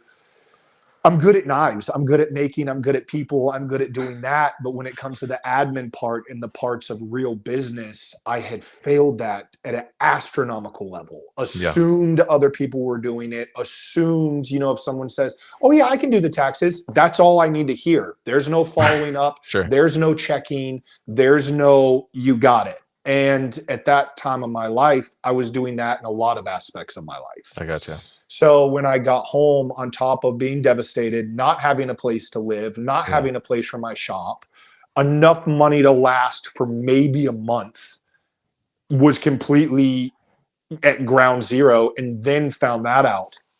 So I have, out of those 6 siblings, when I joined the military, I kind of faded away from my family. My mom Sorry, induced, sorry. oh, Can go we ahead. pause? I gotta pause just for a second.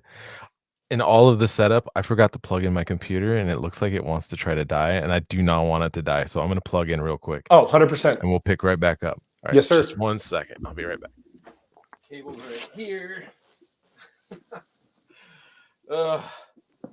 I even ate breakfast this morning. I would have thought that like I was on top of it, and I know how important breakfast is for you. And I was like, all right, I'm doing all the things. My brain's I'm working, doing my breakfast. and I I'm getting still all miss my stuff. stuff.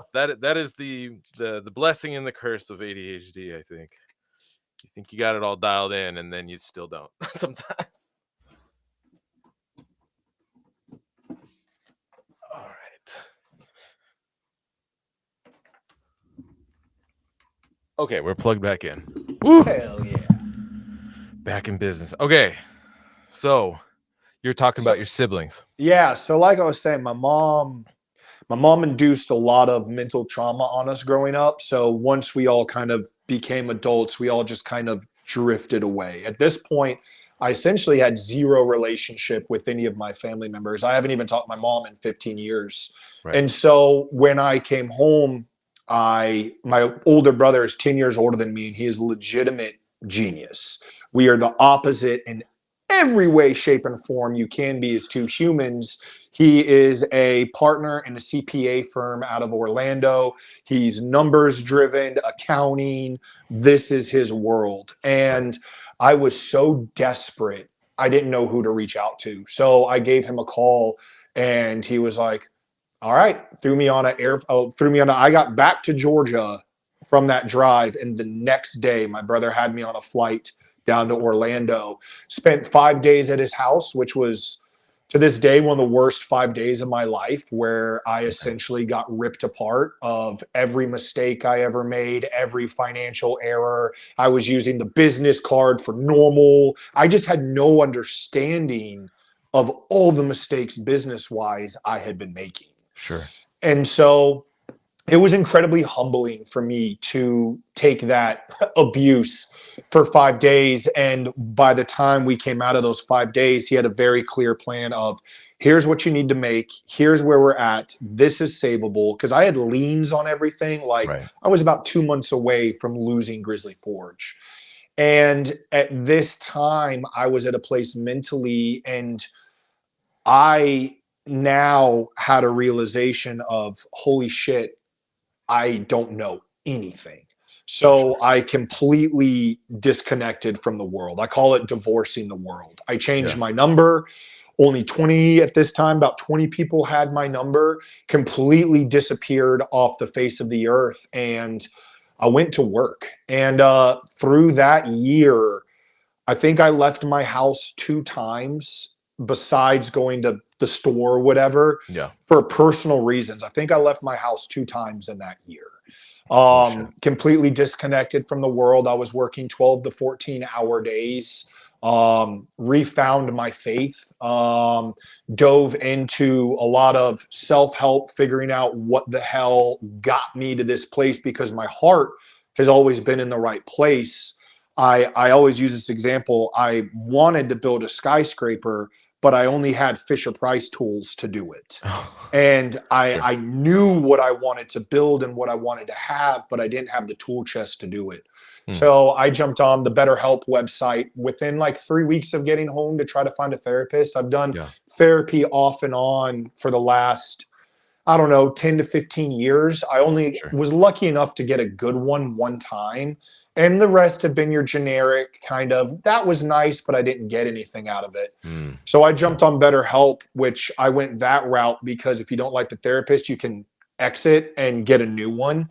So Sure. I went through 5 within a week. And then I found Lisa, who's my therapist now. And she was a 15-year, worked with the FBI and their children's sex crimes department, doing therapy for that. And her therapy background is one of the most extensive I've ever heard. And some pretty gnarly avenues of therapy. And then she left that Right. and has been doing women's empowerment, couples, and then just generic therapy since then. And she's a lot older and just a no bullshit human.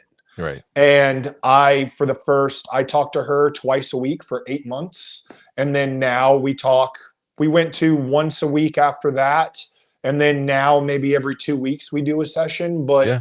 diving into that during that year of what I call growth in general helped me rewrite who I am as a human. I lost a lot of friends during this time. I just lost a lot Yeah. of areas that I thought I was doing really good. And then when someone gets hit, a lot of people like to pile on top of that. And Oof, a lot yeah. of people that I thought we had been good, we weren't good. A lot of stuff came up that I just wasn't aware of. And when I heard it all, I heard it from a place of not being defensive and really looking at it and going, damn, they kind of have a point on some of these.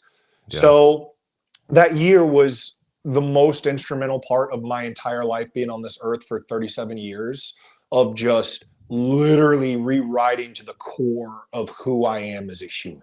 Yeah. And through that time, within, I think it was a year and 14 months of being home, we were able to pay back everything to the IRS, get Yeah. all the business stuff fixed. My brother has Holy stepped in as a shit. full-time role Yeah. with Grizzly Forge. So he does all of the business side. He sends up my email list. He does all the finances, all of my personal finances. And that's another part of this is I had to give up control, Mm. which is something that I've never done before. It's very intrusive when someone has access to your life, looking at your bank account, your finance, like you use your card, you get a call, hey, what did you just buy at so and so?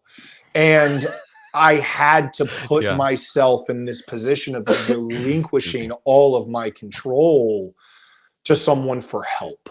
Well, and And also, especially if your story, like the internal dialogue that you have and the story that you tell yourself is that I can do all this stuff.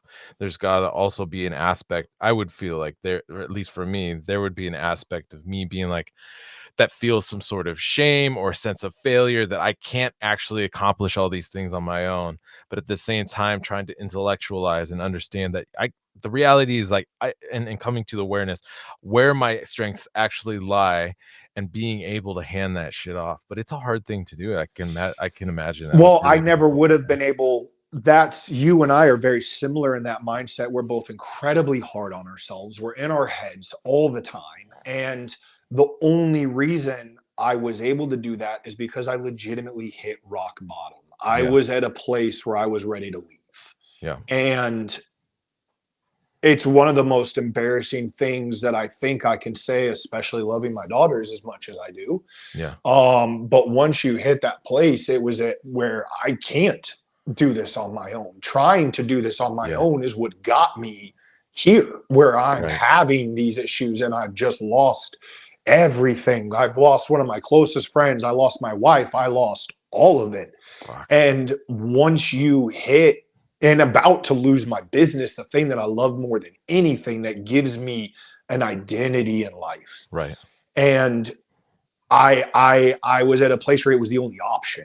And Yeah. so even though like yourself, I do feel that way, but I was so broken Yeah. that I was nothing. And to this day, the work that we've been doing these last 6 months is getting myself back to where I have confidence in myself, getting back Right. to where I can do this. I'm crushing this and I'm doing that. But I essentially had to get so low where I had to ask for help and learn that it's okay to ask for help and to Yeah. let people in your life and that it's not a negative. And especially from the military and everything I come from, I can do it all. Yeah. I never relied on anyone. And then now realizing that you kind of have to do that a little bit. And so for my brother really stepping up, and his wife is the same way. His wife was a professional bookkeeper for over 20, 30 years. And she's older than him. My brother's 10 years older than me. And I think she's 15 years or so older than him. So to have their maturity and their patience with Right. me and how analytical they are, They really stepped in and fixed all of that and taught me a lot along the way of learning how to run a business properly. Yeah. So within a year, I went from nothing to getting paid by Grizzly Forge, getting Right. a paycheck, having separate bank accounts, paying my taxes 4 times a year so it's not one big thing, figuring out how to pay my kids so that they can have money for college, like Yeah. all this stuff that I never did on top of fixing myself at a core Mhm. and making I was for that year and a half I was averaging 120 to 140 knives a month. Yo. So I That's was, fucking crazy. and saying it out loud, I wouldn't believe me. Like it's just, Yeah. it's where I went in that Yeah. year to do that. And my biggest, I think the thing that for me is one of the biggest, just, I don't understand how it happened was the fact that I was able to sell that many knives. The Yeah. support that gathered around me and my business with everyone not knowing anything, because another thing that I had failed is this whole market yourself and all that. There is a way to do that as well. I would put all of my personal life out on social media because it was important for people to know everything and have this real connection. Yeah. And that also affected my friendships, affected my family, Yeah. affected all of this. So now I had to learn how to still be me, put myself out there, but keep the people and the things that aren't meant for social media off of it. Right. And I was able to build that hardcore demographic leading up to this huge life moment. And they supported the hell out of me up to the point, and no one knew really. They knew I was in trouble. I shared a little bit, but this is my first time publicly talking about any of Yeah, this. dude, you're going fucking hard in the paint right now. And well, it's that's one of the reasons I wanted to do this with you, because it's talking with a homie. And Yeah. you and I discussed a lot of this, so it's not new on you. Yeah. But I think it's very important for people to see. I could have kept this all off, continue with Grizzly Forge and moved Sure. on, but then people wouldn't see all the heartaches, the hiccups, the failures, the mess ups. Even now, I have a lot of people that are like, man, you're so successful. I wish I could so nice, blah, blah, blah. But no matter where you go and grow in life, more things are going to come with it. And it's going to Yeah. change, and you're going to have new difficulties and new ways to fuck up. And I have fucked everything up. And just now getting to the point where I'm figuring out what's important, what's right, how to properly run this, how to take care of the people around me and do it in a way that's right. And what I was saying earlier, that support, all those drops sold and everyone was able to get me out. And the day that the IRS was taking care of and everything, that next drop was the first time that I had knives stay on my website for more than 24 hours.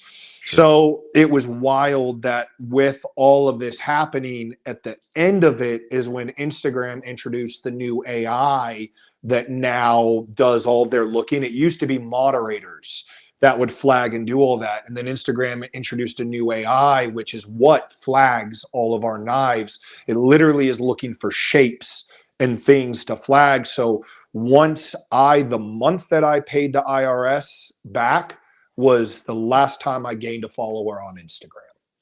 And that Oh was shit. over a year ago now. Right. Yeah. So everything, God just worked everything out perfectly where I was able to get out of that hole, fix myself as a human, do all of this work. And then now I have a completely clean slate.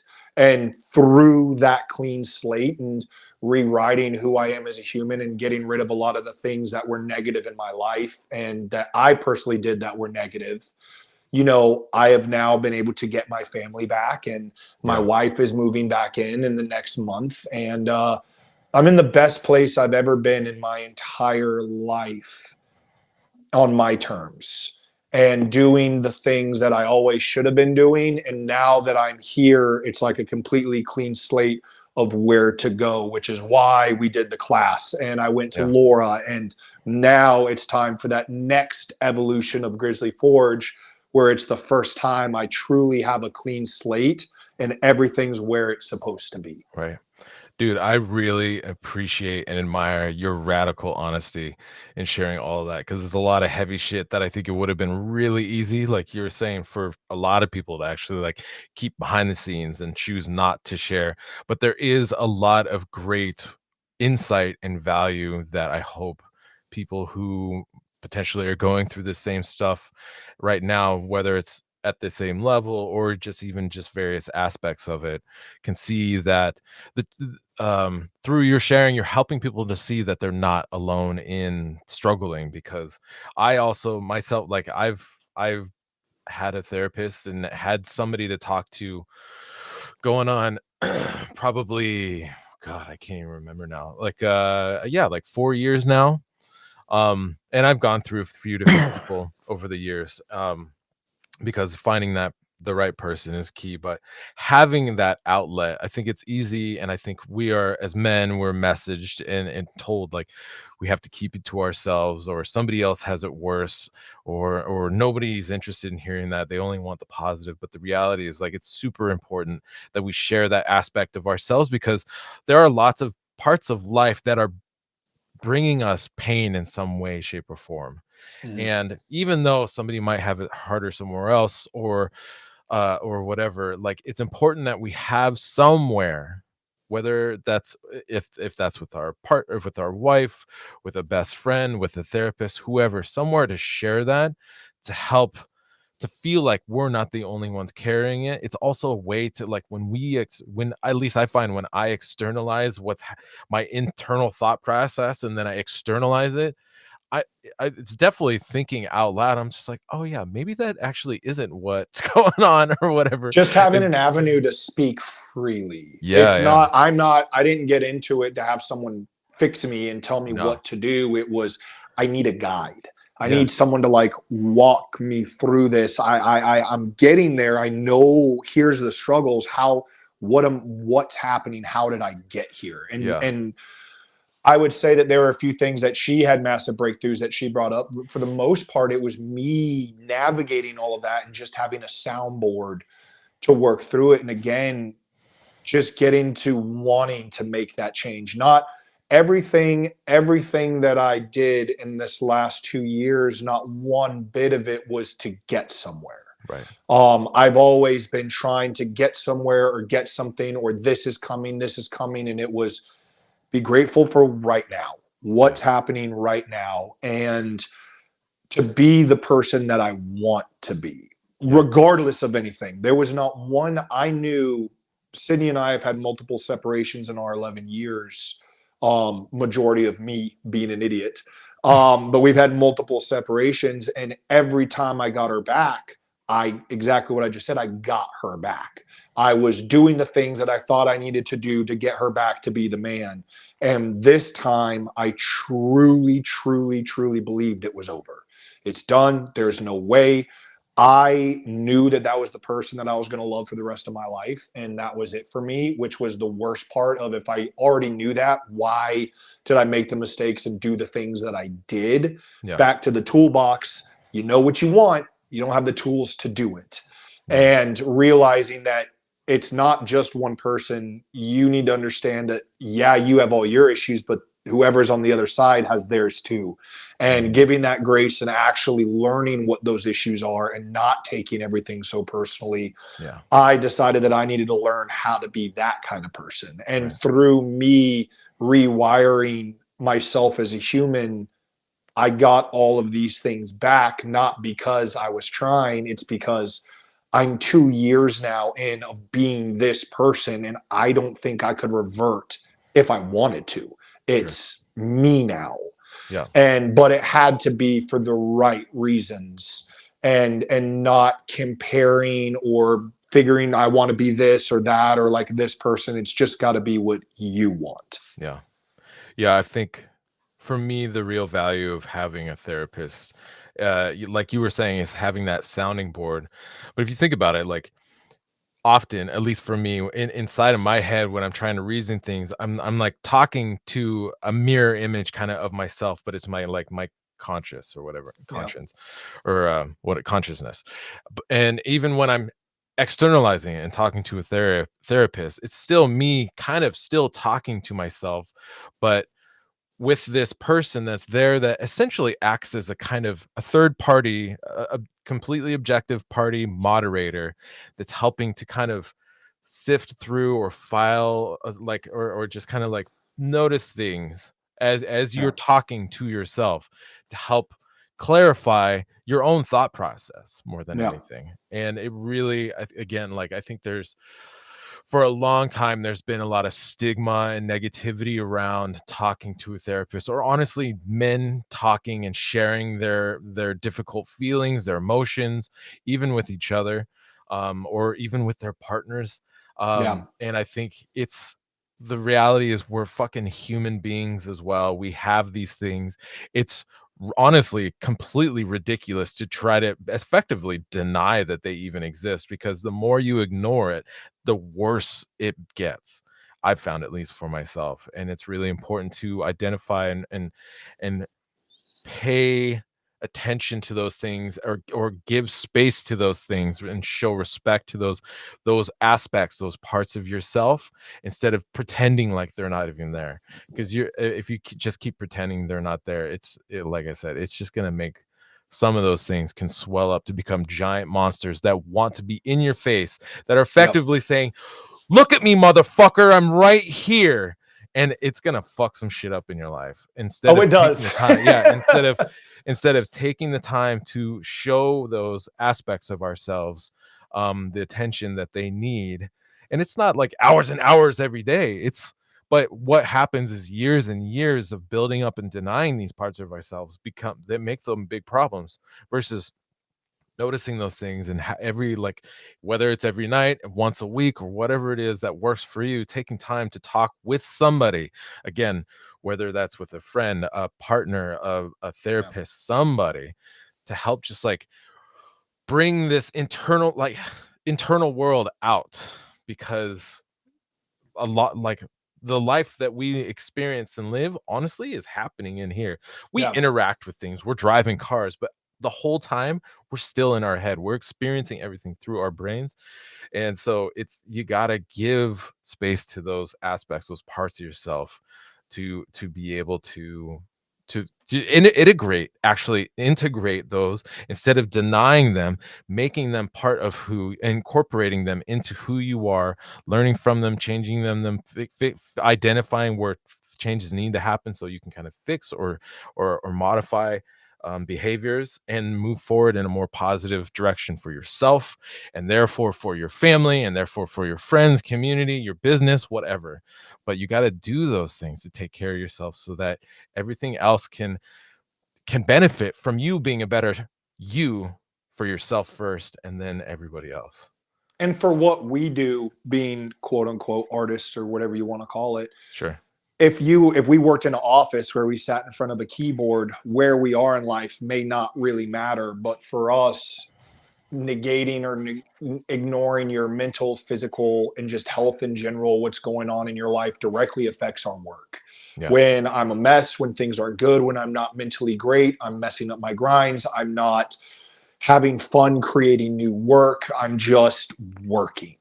And figuring out getting everything else proper made my work skyrocket. Yeah. And it was something that I never, it's saying it out loud makes sense, but it was a thought that I never really had of when you get your foundation set and everything else is good, it will directly transfer to your work Yeah. and where you are mentally while you're doing it. Because you're right, there's a lot of in our heads while we're standing in front of a grinder for 8 hours a day. Yeah. All right, I want to show another picture that I found on your Instagram. I scrubbed through and I found the dirty hands. Oh, that's actually, so Or that's is not this a even the different one? dirty. That's, yeah, because the one, damn, when was that? That's an OG one. No, the one I'm talking about, it literally, my hands are 2020. covered in band-aids and Oh, electrical actually, tape. yeah. It's got electrical tape all over it and wraps, because I'm not joking. I had 20 to 30 just ripped open blisters and stuff all over my hands. Yeah. Okay, I have I have a different thing I want to show you too. So when we I think this was in 2022. This was a couple of years ago. This is before I knew about your back issues and stuff like that. So you're 6'6", I'm 5'8", I and don't I'm even like, have that photo. I'll That's s so I'll s awesome. I'll send it to you, but I was like, "Hey, let me." I don't Them know. Samoan tree trunks, baby. Yeah, we got them tree chunk thighs. Hold on, let me zoom in the right. I always screw up Thick these thighs zooming. save lives. Oh, geez, yeah, thick thighs do save lives, baby. Yeah. So, oh, geez, Oh, that's I'm really so struggling with this. awesome. So at one point, yeah, I think this is me scooping you up. I basically like popped my head through your legs. I was like, just stand there and stay still. And then I scooped you up and stood up. And I think you were fucking shocked. Oh, Um, I was floored that you got me up. As well, it was the ease you got me up. oh yeah. Well, and realizing because you're already so tall, so then adding a couple more feet on top of that, all of a sudden This made it you look went from ridiculous. 6'7" to like almost 9 foot tall. And now thinking in hindsight, the problems, I think that must have already happened. Had you already broken your back and recovered at this Oh point? yeah, yeah, yeah. This was broken, recovered, whole nine yards. Yeah, so you've already had that experience, and then you're like, this fucking drunk Samoan is scooping me up off the ground, and I'm gonna fucking fall and break my goddamn back again. Sadly, I still don't think that way. I still do things. Yeah. Like I So, said, hard learner. well, and I saw that when I in the moment, like I was fine. I didn't think anything of it. And then I saw the pictures, I was like, oh man, he's fucking scared. And I could and not scared because I think whoever took the photos literally got it like as we got up. Like I feel yeah. like you just plateaued because I'm still balancing out. Getting used to I'm having a hard Oh, time with that's the so pictures. fun. I'll get those over to you, but I thought that would be really fun to send you because I think Jess took those pictures, Neil's Oh, Jess, that makes sense. and so I was like, she was showing me them one of the last times I was in Hawaii. I was like, holy fuck, I've never seen those. You got to send those to me. I hadn't So seen them either. I didn't even know anyone took pictures. yeah, and I can't even remember. Oh, that was like after we got back from like the Waffle House or something. I think Yeah, we went over to the Waffle House. of But course. You know that's okay, where I live. yeah, Waffle House is glorious. I will be Um, sponsored one day. Mark my words. I've said I it know. here. Fucking Neil got I'm sponsored by gonna get it. Spam. You gotta be there's I'm gotta be gonna a way get to it. get you sponsored by Watch. Waffle House. I message them at least once every 2 weeks. Yeah. Well, you gotta get the griddle set up on the forge and then have one of the Waffle House chef cooks come and cook breakfast off Oh, the I'm forge gonna for that. figure it out. Mark my words. It'll happen. I'll be the Uh, first sponsor blacksmith by Waffle House. hell yeah. um, okay.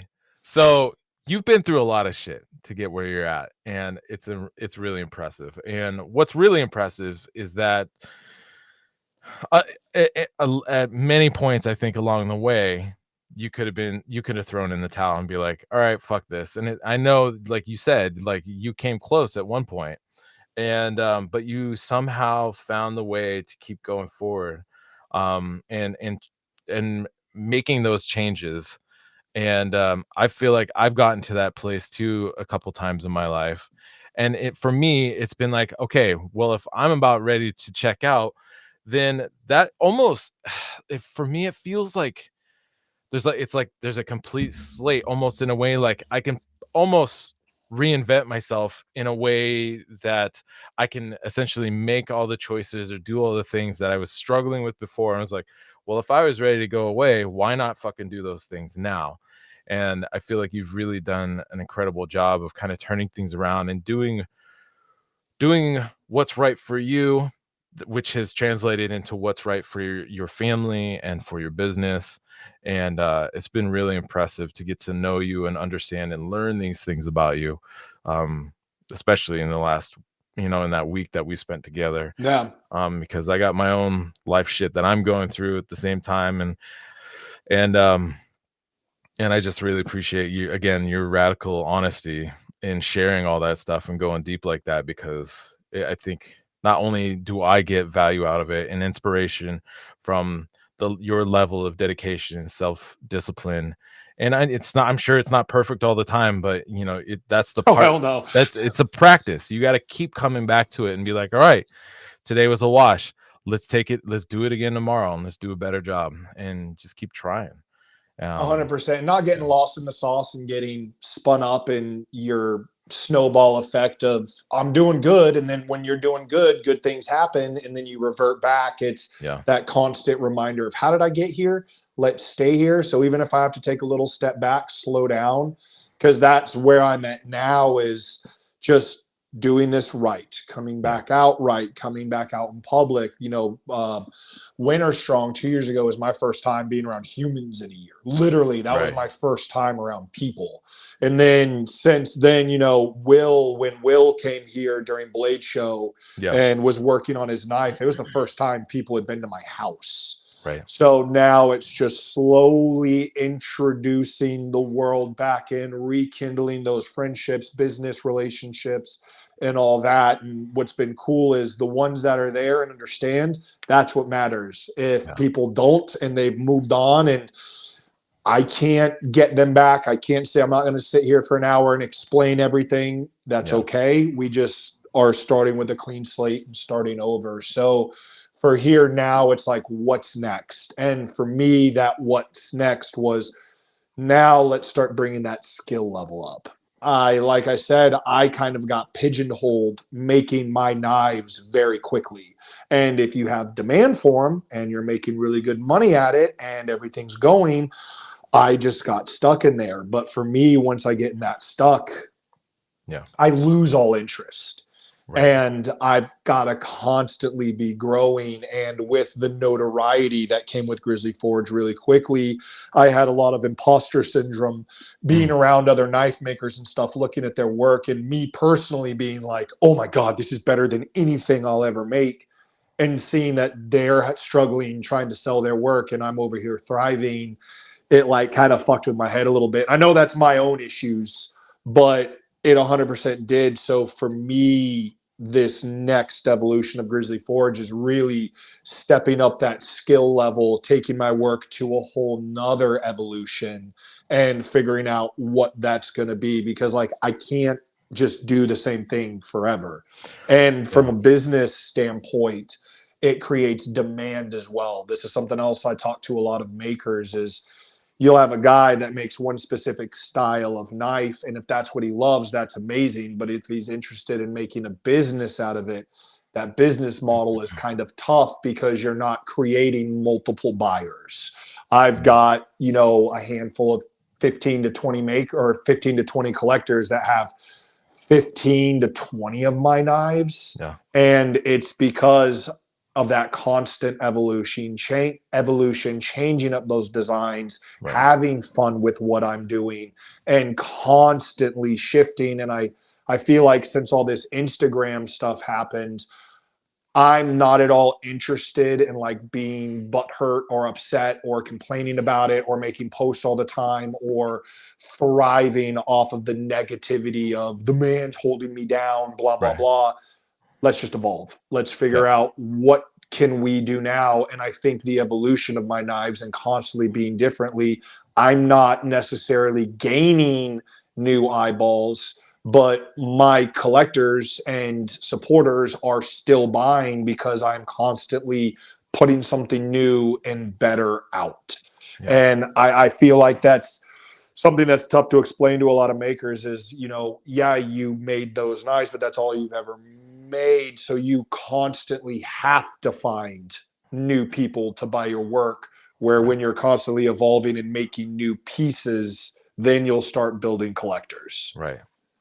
Yeah, and that definitely makes sense because when you do the same thing over and over again, which honestly, to be fair, I'm kind of one of those. But I mean, the chef's knife styles vary in blade size and blade profile, but I feel like I've been doing the same thing over and over again, and I kind of have hit a rut. And so I've started experimenting. But it's interesting. I've found for myself and the people who jumped on early, who are still on a list that want to get work from me, they I'll put new stuff out that for myself is about exploring my own creativity and playing with different handle shapes, or even doing handle shapes that I've done in the past, but then just modifying them a little bit by doing some hand sanding that causes some of the contours and lines to pop a little more. Those people aren't interested in those, but they do end up finding homes. But it's interesting that those people are and I think part of that is because those are people who haven't gotten work from me yet, who that is kind of like the quintessential Marco Malmasi style knife. Well, and But I everything's different though. yeah, Like you are a master at one thing. I'm all over the place. So sure. again, it's like, what do you want to create? What do you want to build? You have someone like, this is a conversation I have with Seth Lopez a lot of, he's already so fucking good Yeah, dude, at he's what awesome. he's doing and the perfectionism and all that.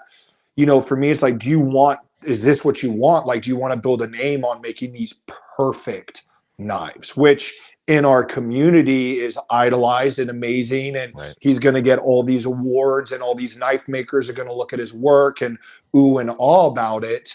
But at the end of the day, do you want to create a business or do you want to be one of the best in the world, renowned for your precision and all that? I personally see the business side being harder with that model, Yeah. working in that world, building that even if it's a $20,000 piece that took you 3 months to make.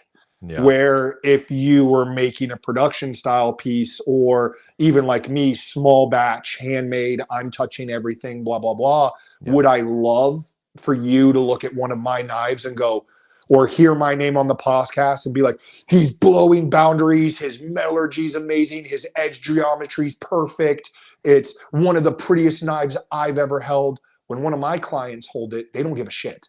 Like Right. my demographic and what I've built. Yeah, there's a few people in there that are knife collectors. I have just been added to a list of amazing makers, but for the most part, that's not my demographic. Yeah, sure. And my business would have failed 5 years ago if I was focused on making the perfect model of this knife with no flaws and everything amazing that I could put at Blade Show and everyone would walk by and ooh and awe over. Yeah. Yeah, no, and I think that's smart, and I think you're right, and I honestly, and along with Seth, probably feel like we have painted ourselves in a corner almost away. Like I spend all this time pouring myself into these knives that sometimes take a month to make, and then and then that's what I've become known for when I have a lot more that I wanna do, but because I've become so well known for my highly refined, like, high contrast, beautiful, creative, Damascus, chef's knives, high performance, all this stuff, like, I wanna do brute to forge knives, but people, when they come to me or come to my page, Yeah. all they see are all these highly refined knives, and so I'm not known for that aspect. And so and it's been kind of difficult because I want to, for my own creative um desires and need as a creative person, as a maker, to explore these different avenues. But then because I've painted myself in a corner, I feel like even if I take the time to explore these different avenues, I don't know if I have a market for selling them, which kind of sucks because I want to be able to sell that work as well. And I think I will be eventually, especially if I do a good job using social media to help Yeah. kind of bring people along on that journey of, this is a new avenue I'm trying to explore right now, They need to and talk about, understand what they're seeing. yeah, then if I do that, yeah, then you're taking the potential clients and customers and audience along for along the journey with you, so that when you get to the end thing, they understand it, versus it just like showing up out of nowhere and people are like, what is this? Where did this come from? Like, Yeah. I've never seen anything like this from you, versus, take them along. So I think that would definitely be the way to do it. I wanted to go back to something you were saying about oh, what is it? Imposter syndrome. Um, yeah, because I also really struggle with that, Yeah. I think it sounded like to me that you felt like you were struggling with it, because you were experiencing more success, more sales than these makers who you perceived whose work is better than yours. So it seems like they should be more successful, but the problem was is they weren't, and so you're trying. There's like this juxtaposition almost, in a way, trying to understand, how, like you don't deserve, you it sounds like you were saying, like, I don't know if I deserve to be as successful when I feel like these makers are doing phenomenal work that's far and beyond where I'm at right now. But the reality is, like, I think, and we talked about this a little bit Yeah, when I was there visiting, but if anybody's feeling that, and I'd be curious to see what you have to say in addition to this. But like the reality is, like, your success is not predicated on what other people are doing. It's all about what you build for yourself, and you being successful has nothing to do with anybody else. I mean, maybe there were people who helped along the way, but for I sure. guess what I mean is it doesn't take away from other people. And I think too often people see a maker and be like, wow, what's going on? Like they make this crazy cool stuff, but they're not doing a very, they're not very, they're really struggling. It seems like they should really be like excelling, but that's where, again, we've been talking about this kind of the whole podcast, but where that community building, where that brand, which is branding and marketing, kind of creating those relationships with your, building that audience, comes into play. And but again, if you're successful in being able to do that and to be able to sell your work, again, that doesn't take away from other people's work. That's something that honestly, those makers, they're spending all their time making this highly refined shit, but no to little time or not enough time to building that audience, and Yeah. their sales reflect that. And so hopefully, I mean, it sounds like you've gotten past that, but is what else I've would you it's add to that? I wouldn't say I've gotten past that. I still Okay. struggle with it. And again, for Sure. me, it's the problem of building real relationships. Yeah. So I'm not friends with these people because of their knives. Like I like the Cole Ironwork crew and Yeah. Will Stelter and all the Montana guys and all these little knife communities I found myself in. Yeah. I'm friends with them. So Yeah. we have conversations like this. I tend to bring out personal stuff when I have conversations with people, and come people feel, because of I think a little bit of how vulnerable I am as a human, Yeah. it brings vulnerability out in other people. So when I hear of the struggle or their issues with their work or not understanding why they're doing well or all of this, I bring that weight on myself. You're Yeah. 100% right. There's no reason for me to feel that way. It's this weird thing that I personally deal with of wanting to see them successful. And then over this last year, just kind of letting that go and patting myself on the back a little bit of, because of how I'm wired as a human and the way my brain works, I'm able to do this, but I'm not able to rewire somebody else to do it. If you don't Right. have it, you just don't have it. I use this as an analogy. When you were here, there was another maker a couple of years ago who legitimately, I taught a small class on just social media and how to use that and everything. And he took all the notes, was super interested. I talked about putting your face on there and what we talked about, how people see the work and don't see the maker. Right. And I mean, he took every note to a T. And then I watched his social media afterwards doing everything that I do. And it just felt flat because him as Yeah. a human is very dry, emotionless, and he was trying to do everything, but it came off even worse than Mm, what he was already doing because now it's forced. right. And I have to learn that my personality and how I operate as an actual human is very different from other people. And I'm very much aware of how beneficial that is to my business. Yeah. No, absolutely. And it's not, I don't. I feel like some people might hear that as a negative, like you're basically shitting on the guy, but that's definitely Not at not the all. case. It's It finding his yeah. voice. Yeah, and What, it's don't do what self-awareness. I'm doing. You're very right. He was trying to do exactly what I'm doing and it didn't work. And now he is going to find the way he does Yeah. things. Neil doesn't talk in any of his Yeah, videos. yeah, he hardly ever Like talks. all Yeah. of his stuff, Neil is blessed to have that look and to be Neil Kamamura. And he's Right. literally one of my best friends, but he doesn't even talk at all. Yeah. So you don't have to do what I do. Yeah. You just have to let your audience see you and build, in my personal opinion, see you and build that connection off of. I just feel that when people are supporting a brand, that's more than just buying a knife that they're going to work. Very rarely do I have someone that comes to me and goes, I heard you have the greatest skinner of all time. I mean, shit, the little Havalon click blades are what 90% of hunters use right now because they're easier. You pop a blade out, throw a new one in, Right. and they're super light, and you keep crushing. People aren't buying my knife because it's the world's greatest skinner to skin an animal. They're doing it because they want that story with it. They want to use that handmade blade to, process this food for their family that they just got. So there's more of a story there than just Yeah. I make the world's greatest skinny knife. Well, and you said something earlier about how you're not a fan of the word tribes, and on a level I agree with that because I think that's a word that's thrown around a little bit too much. It's just thrown around too much. It's a great Yeah, word. It's yeah. just There, used. there's a great book though by Seth Godin. He's a marketing and branding guy, and it's called Tribes, and he actually has several books, and I'm trying to remember now if this exactly comes from that. But one of the lessons that he talks about in various books is the fact that when people are buying something, part of the marketing and branding is about helping people understand what that brand believes in, what their philosophy is, and that's why people like Coke over Pepsi or Ford over Chevy and so on and so forth.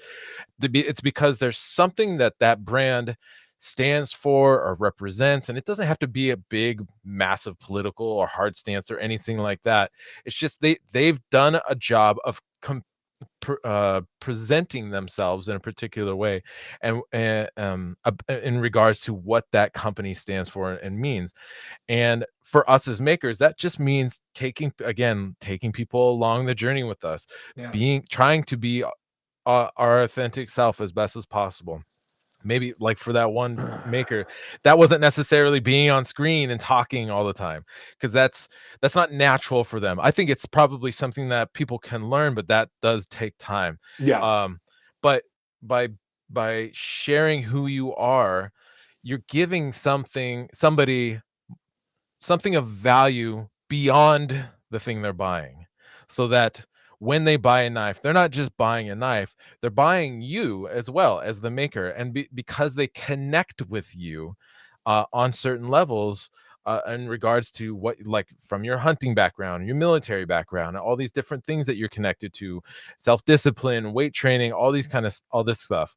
um, these are things that are part of a brand. A brand is basically like the character of a thing, of a company. And so when people are buying a thing, if you're not giving them more than just the item, they're only going to be comparing stuff based on price, and the lowest price is always going to win, versus having that additional value, that additional story that they can connect to. And so when they buy the knife, they're not only buying the knife, they're buying something that they feel like not only is represents that person, or the person that made it, the maker, but that is a reflection as well of themselves, um through the marketing and branding that maker has done to just present, just honestly, ideally as honestly and as authentically as possible, who they are, what they're into, and all that kind of stuff.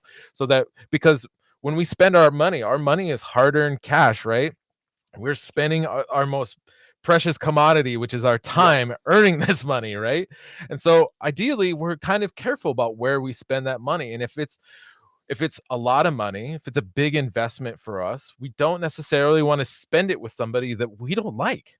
We don't want Yeah. to give money to somebody or a brand or a company that we don't like. We want to do that with companies and brands, and that are reflective of how we see ourselves, I guess. And I think you, through your branding, through the storytelling, through your posts, you do a great job of being clear about who you are. And I think a lot of people want to conform themselves to something that they're not. And the best thing you can do is be yourself, and your 100%. audience will find you. 100%. 100%. And you've And done that, and you've done a great job doing that. and I love what you were saying. Like, you can wear a Nike t-shirt and walk through the airport and no one will say a word, but I can wear a Black Rifle Coffee t-shirt, walk through an airport, and I'll have 4 or 5 people walk up to me and go, dude, I love that company. I love those guys. Do you Yeah. know them, or do you work at Black Rifle? And being so close to that company for so long, I saw the power of marketing. And Yeah. I saw that I would rather, and I really mean this, because I'm not money driven. And I know that's a really stupid thing to say.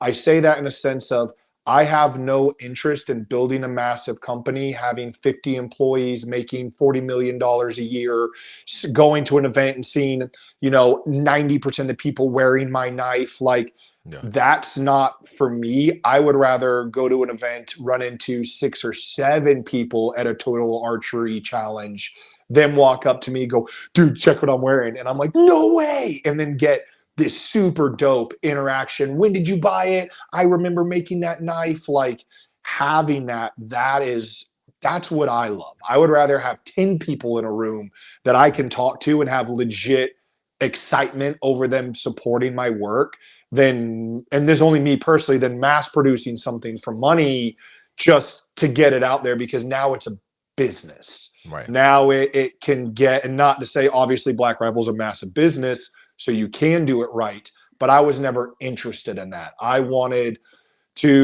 always modeled everything I've done for the most part kind of off half face blades.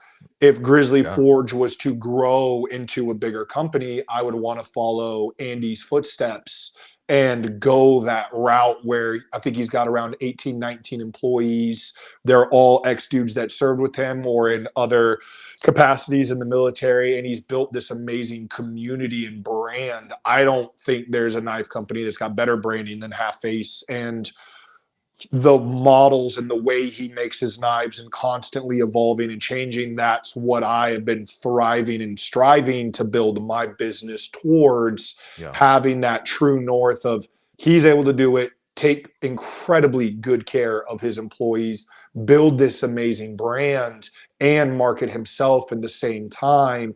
It's, in my opinion, that's the route that I'm interested in going. Is, I mean, twice a year, he'll even bring his top, I'm throwing numbers out there, let's call it top 20, 30 collectors. He'll bring them all out, put on this huge hunting camp. They all Oh look at all wow. the Yeah. knives they have. Like, if you go on their social media, you'll see a table with 100 half face blades on it. Oh And he's wow. just built, he takes such good care of his customer base and building that. And it's even down to the packaging of my knives.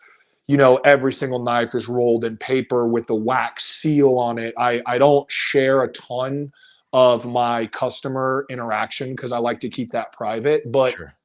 making your customer base feel special. I've never been public about this before, but I've got tier systems within my knives of, once you've spent X amount of money with the company, then, I'm going to throw an extra knife in when you buy it. I keep track of all Oh my wow. numbers, who Yeah. buys what, and making those customers feel special. If I've had somebody that reaches out and they want to do a custom and I've noticed they've spent 5 grand with the company, I'll get their phone number. I'll call them personally. I'll build that relationship with them and work with them, and really treating your customers right, having Yeah. special stickers that once they hit a certain price point, they get this sticker no one else gets. Right. Special when I do my t-shirt runs, my top 20 spenders get that entire drop prior.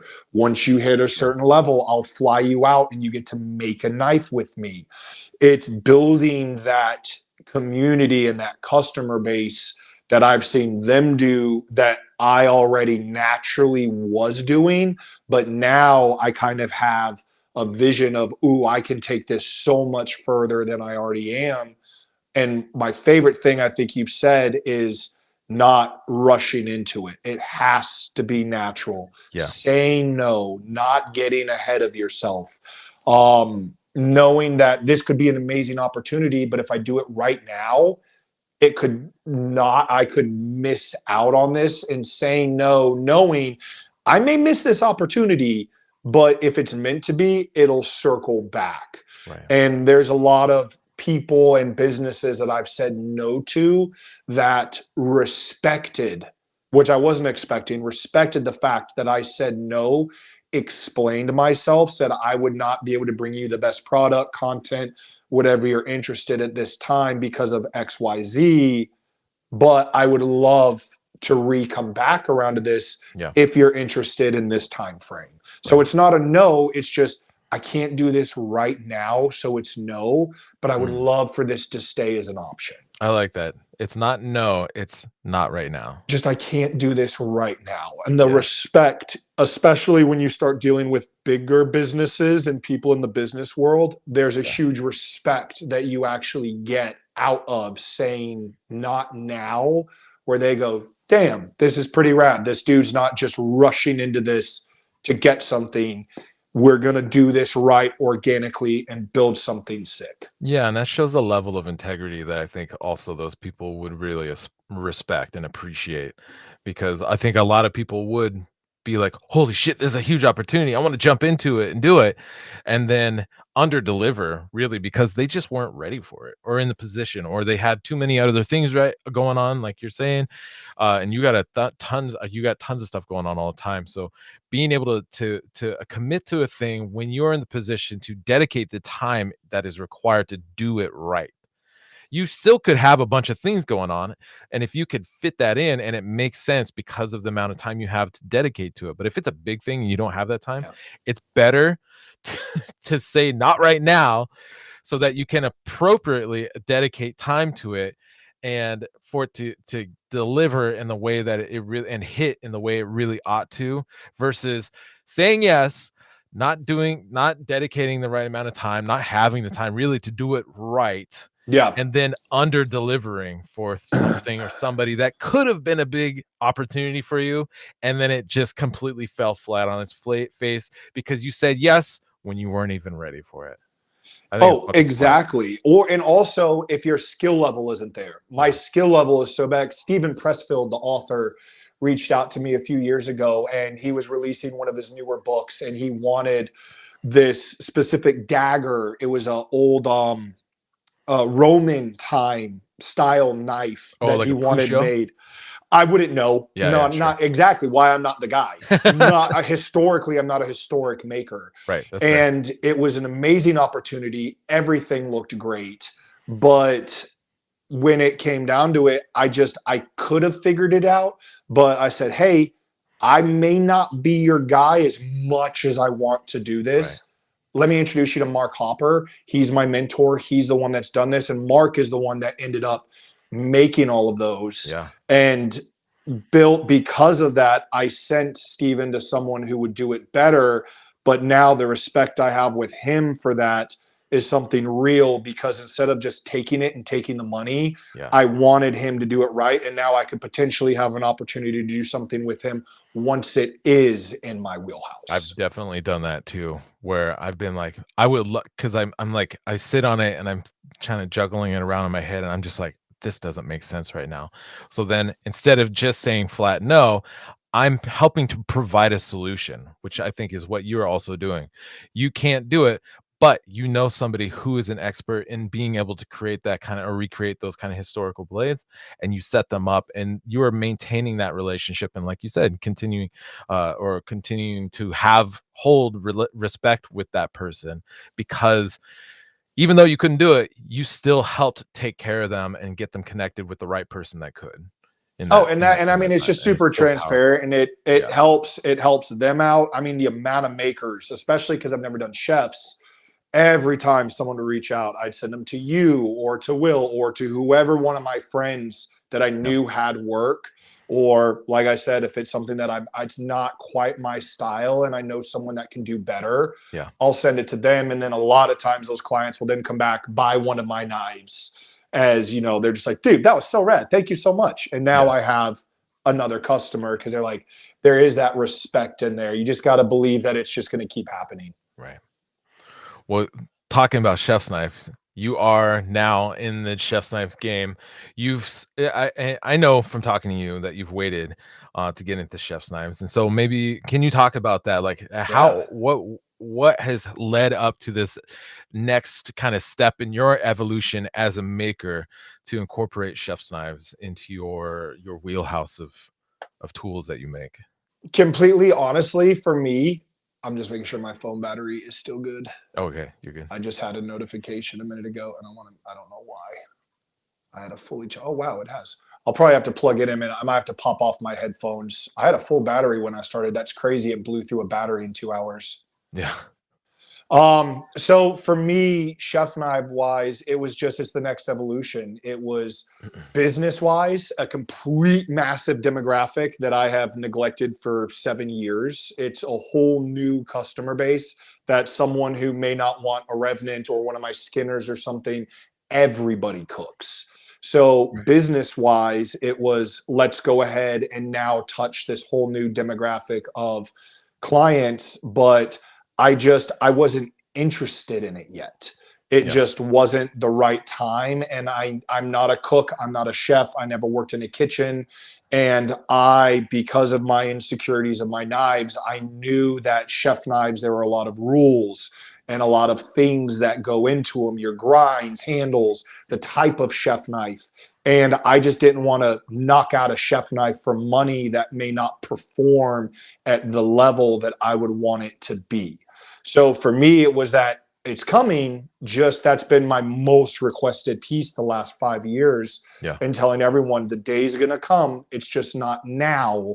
because not only did I want to do it right, but I wanted to learn from somebody who is at a master at it. And I mean, I had my eyes set on you for the last 5 years of when I was going to do this. Yeah. That's who I wanted to learn from, because I'm really weird with lineages Okay. and people's backgrounds and who they flow under. And me getting tied in with, like I said earlier, Steve and Jason and Neil. Like Neil learned from you and Jason and Steve, and we're in this weird little family of blacksmiths. And I've learned from everyone else so far. And I knew Neil has spoken about how much knowledge he has gained from every time he's worked with you Yeah. for years. And hearing that, he told me there was literally no one I could learn from better than you. And you were the biggest boost in his career skill wise was from spending time with you.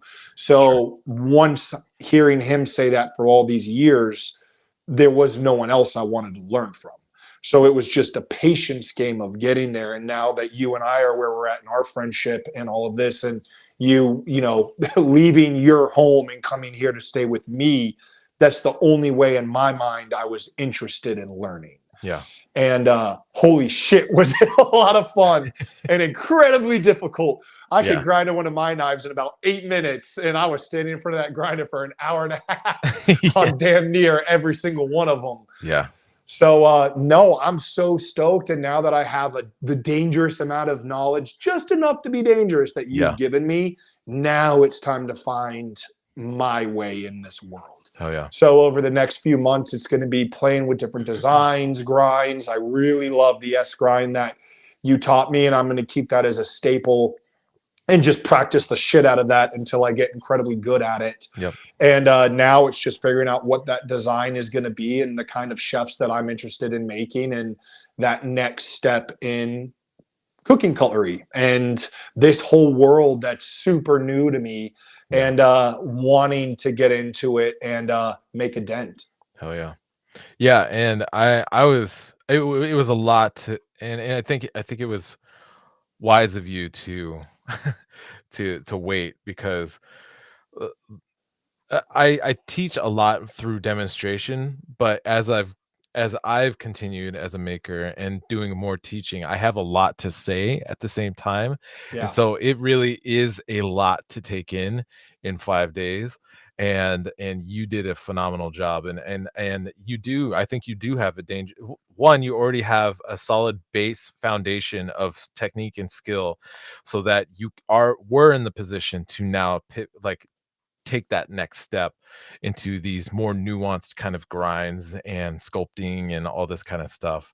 Because a lot of the ways that I approach these grinding and handle sculpting is is not typical. And I think you saw that, and a lot of it was like, "What the fuck are you doing?" And And everything for me has been production. Like, yeah, how can I speed these processes up? How can I flow? Because I do batches of knives a day, yeah, and slowing it down to just one, and the amount of focus that goes into it and everything yeah, was so new for my brain to literally start fresh again. I've made yeah. just over 4,000 knives, and I felt like I hadn't made one when I walked in there. It was so wild. Yeah, and trust me, like, you'll get to it's just about reps now at this point, and it'll be cool to see what you do, um, with that base of knowledge that I taught you, and how you're gonna adapt that to different designs, different grind styles, different handle styles, all this kind of stuff to create and really make your style chef's knife that I think really represents 100%. you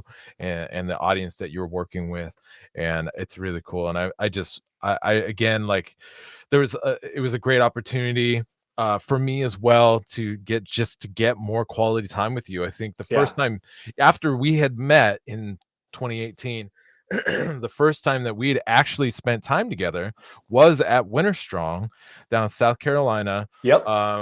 in the beginning of 2022. Was my first time down there, and that was the first time we like actually hung out and chatted and spent a decent amount of time and spent some time around the forge and forging and stuff like that. And it was good. And so yeah, I feel like our friendship has really kind of just accelerated from there in an upward curve, and it's been great. And I've been like, But yeah, that's just my favorite part thankful of for it. that Again, opportunity. that's like legitimately that it was dope learning chef knives, but like how my brain works, like that was my favorite part. Like Yeah, I told you when you walked in, I was like, dude, there's so much pressure I can't imagine, especially like at your level of skill and price point for your classes and everything, to want to deliver the best class and yeah, best amount of knowledge at one time. But I think day one, I told you, like, dude, if we get one knife done, I'm stoked. I'm so just pumped to get to hang out, continue to build our relationship. yeah, And through that just natural, just being homies and hanging in the forge, like that knowledge took off, because not only do I respect you as a maker, but I respect you as my friend. yeah, And that level of friendship really bodes well when it comes to learning from someone. yeah. And boy, you crushed it in your class, man. I know you're hard on yourself, but your breaking down of everything was, if I can learn it, anybody can do it. And you Yes. were so patient with me with all my cameras and filming No, every you're good. step, because my TBI is so Yeah, bad that like the first I finished out the last, I think, five once you left. And yeah. I mean, every 5 seconds I pause. I mean, on the sculpting, I literally had my camera, my video up by my grinder, watching, like I'd Mm, watch what your hands did and did it again. Cause it's, yeah, for me, that's how I have to learn to retain that for knowledge sure. until I can do it a lot. Yep. And just your patience through all of that and how my brain works was just, it was perfect. Excellent. I'm glad you feel like that. Dude, it was the best time ever. It was super fun. I'm so It wa stoked to get into Damascus next. Yeah, hell yeah. Well, and I think something for me, you're one of the few makers that I've met that I feel like that I have, like, a lot in common with. Like, Yep. I started talking to you about random music stuff, and you're like, "Holy shit." Like, we're talking about tube and throat singing and, like, TV shows we both like watching, all that kinda stuff. We were really, like, getting down and connected on a lot of things outside of knife making. I actually afterwards, I was reflecting, I'm like, he's probably one of the few people that I've met that I have the most things in common with. Obviously, like, I don't have the military background and stuff like that in common with you, Ah, but you're tied in by your brother. but like, You get a little I'm cool by nudge association. there. But yeah, it was really cool, and it was a lot of fun to get to know you more and to work with you and teach, because it's also, it's teaching is continues to be And I think honestly, it'll probably be a continuous evolution for my whole career of teaching. I'm sure Mark is still learning things Yep. in his process of teaching. Every time he teaches a new class or an individual person, there's always something to learn. I think that's the key for anybody. If you want to continue to advance and continue to be a lifelong learner, you got to look for those opportunities to continue to learn, no matter how much you understand and know. I even with new makers, I don't think to myself, I know everything. I have nothing to learn from this person, because we all come from different backgrounds. And somebody might ask a question in a particular way or about a particular thing that you just haven't thought about before, and it might have me thinking, I 100%. don't know, and think a little deeper on something, or yeah, just Create also a new just the way. jig. Yeah, exactly, creating new jigs, which we did. Top secret jig. That thing's badass. Um, and yeah, it's just there's opportunities everywhere. You just gotta it's gotta be you gotta be, I guess, in the mindset of being willing to learn, Yeah. and kind of humble enough to be willing to learn, because there's always the opportunity to learn. The question is whether or not you're in the proper mindset for it, and willing to do it. And if you are, there's the whole world. There's just so much out You there. have to want to learn. You're not Yeah, learning to constantly get curious. somewhere. You're learning Yeah, because you want to. yeah. I use this example with you, and I got to go through some really high level sniper schools in the Army. And even having all those schools, if there was a little DDM course or a little intro to long range shooting, or you're getting a designated marksman, there was a class, I would take those as well, even though on paper they're way below my skill level. Right. But I would take those not to show off or know everything. I would go in there acting like I knew nothing. Yeah. But you never know what that instructor is going to teach, that little bit of knowledge, like your finger placement on a trigger, something like that. You'll pick one little thing up that could change everything, Yeah. just because you're in there searching how to do better. Right. Instead of saying, I'm already this amazing human, I'm too good for this. You've always got to learn, no matter who you're learning from. If you Yeah. go in there looking for something, you'll normally find it. Yeah. Yeah. Willing to be humble. That's the Humble fun part. enough to learn. Oh yeah. Or just like me, you just think you're absolute shit. So you walk into everything thinking that, oh, well, they're going to teach me something because I don't know nothing. You're definitely not shit. We did some good Yeah. work. I got a picture of you here with Jack Carr, just so Yeah. we've been talking about him so much that I thought it would make sense to pull that up. That was the And last podcast I did right before the move. So that was a few weeks right before everything crashed and burned. This is my first one since that photo. right. Oh shit. Okay. Yep. It's a while ago. Okay. Yep. And then I just wanted to slide back up to the top, if I can do that, just to get a look at the chef's knives that we did together. Yep. Yeah, they came out pretty dang good. It's us holding the knives, Yes, sir. dirty, but the work was great. So if you go to the photo right before the post right before that, they're all in there. Okay. So the two are the other direction. Uh, Yeah, the two next to each other. So go two over. yeah. Yep. And if you go through them, that's all of them. Yeah. And what was really cool, what I really liked, is that you incorporated the learning as From well that you Laura. had done from Laura and doing the Skagel class. Yep. And you had been a big fan of Laura's for a long time, right? Yeah, What she was one happened of the when you met first. her the first time? Oh my God. Well, do you want me to run grab my, I think I'm at 5%. Do you want me to run grab my charger off to unplug the headphone? But Yeah. I'm afraid I'll drop in about 2 minutes. Oh yeah. No, go grab it. Yeah, I'll let me talk run. about I these was knives not that we did expecting together. my phone to burn through the battery like that. Sure, for sure. You're All right, good. I'll be back in 2 secs. All right, so I'm gonna go through these knives. And so all of these are made out of 1095. Some of the handles feature like a spalted maple or ironwood. And when you're looking at the grind on these knives, to zoom in here a little bit, it looks like it's a tall sharpening bevel, but what that actually is, following along the cutting edge, is a short convex edge. So this is actually an S grind, because it's a hollow on top of a convex edge, and then it's sharpened. And the sharpening bevel is so narrow that you can't even really see it on these knives. But I really dig how he incorporated the oh shoot, I lost it. Where did it go? The Skagel style handles. These Skagel style handles are really cool. And honestly, like I feel like they work really well, especially if somebody's working in a pinch grip. This handle is going to be super comfortable. And it incorporates the stacked leather, and the bronze guard, the bronze pin in the elk antler. It's freaking nice. I think he did a really great job.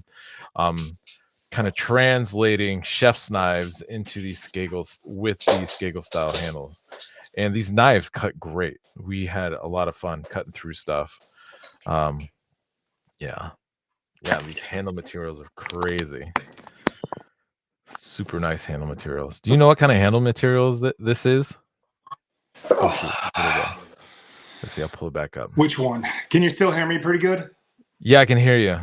Let's see. I'll have Where to is sit it? closer. I got you. All right, this one. The handle material on this one. Chechny and Burl. Chechnya and Burl. Right. I think I've only worked with that once before. And Yeah, but it's one of the my favorites. activity It is can be, it's a wild. little pricier. Yeah. So a block, I would say, because I buy all of my handle material from Arizona Ironwood for the most part. I think Yeah. their stabilization is some of the best out there, Right. and their selection of woods, especially when it comes to ironwood burl, Yeah. is just unreal. It's real hard to find crazy burls in ironwood. But they started carrying Chechny and burl, I don't know, maybe 6 or 7 months ago. It might have been longer. Maybe that's when I noticed it. And I'm Yeah. obsessed with it. Like the Dude, colors are it's gorgeous, so but you're looking at beautiful. like 65, $70 a block. Right. That's not bad.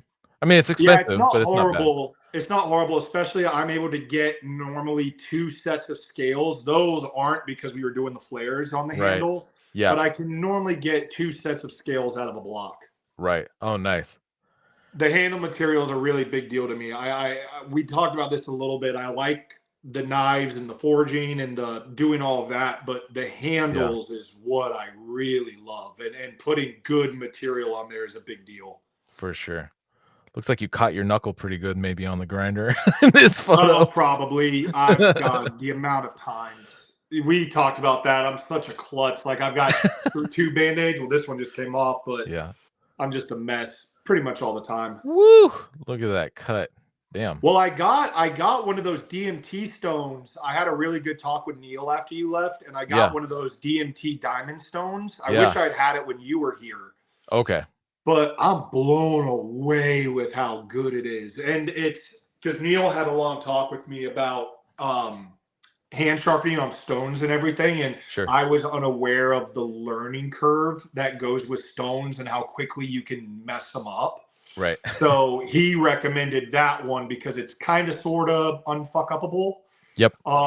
And dude, the sharpness that came out of it was so good. Yeah, that's freaking wild. And that was a freestanding push cut, which is hard to do. Yeah, Especially no. with that kind of paper. It's not just any paper. That was like just like magazine paper, right? No, I don't use normal paper. I only use it's oh my god, I should think of it. It's one of those I get the subscription every month. Oh, I like a literally have it just MSC so I catalog? huh? Like out of MSC or something like that? It's Or one of those like McMaster car? yeah, it's like a McMaster. It's not McMaster, but it's a brand like that. It's like what Yeah. your dad gets. It's just like everything tools, Yeah. but the paper is so thin. It's really a magazine paper because Right. I won't use normal paper because it's so dense Yeah, and that that's when you slice it doesn't really show you the level of how sharp the edge is. yeah, and I think that's the thing. A lot of people like when people see the cut tests, it looks like they're 1 to 1 to 1 to 1, but a lot of people are doing them with printer paper or something like that, which is super stable, very easy to cut through, versus magazine paper or newspaper print is so floppy and flimsy. It's really difficult to do that kind of a cut through it. Yeah, I learned that Neil used to do those all the time on his, and I was like, man, because Neil and I we used to go back and forth between different cut videos. Sure. And when he did that, I was like, shit. And then I went to try to do it with my knives. I was like, oh, this is so hard. Right. Oh And it's my the god. same with the little, because it's the same paper we do with the throw up in the air and cut Yep. it. And I got to the point where I could do those every time. Yeah. Like, unless my angle's wrong or I actually miss the paper, I'll hit it every time. Yeah. But that standing push cut is so hard. Yeah. And with the chefs, I want to be able to do that with Yeah. those. Yeah, and that's critical. I mean, and the way we ground those is so that we're optimizing the cut resistance so that there's basically no cut resistance. And I was just talking about how while you were getting the charger set up, how I just feel like you did such a great job getting kind of like that low reveal convex going in transitioning into the hollow. It looks really good, and I'm sure it cuts like a dream. I know the Well, I ones we got way better with my flow on the convex. Remember the yeah, first ones we did? I had some little whoops sure. in the actual convex line. I Yeah. finally got comfortable to where I figured out where to hold it, and I was able to maintain an equal line all the way across. The tip, it'll fade a little bit. It's hard to get the Yeah. convex to be the exact width towards the tip, I've learned for me Yep. so far, but the drop is very minimal to where I could keep that nice steady line. And I was real happy with that once you left,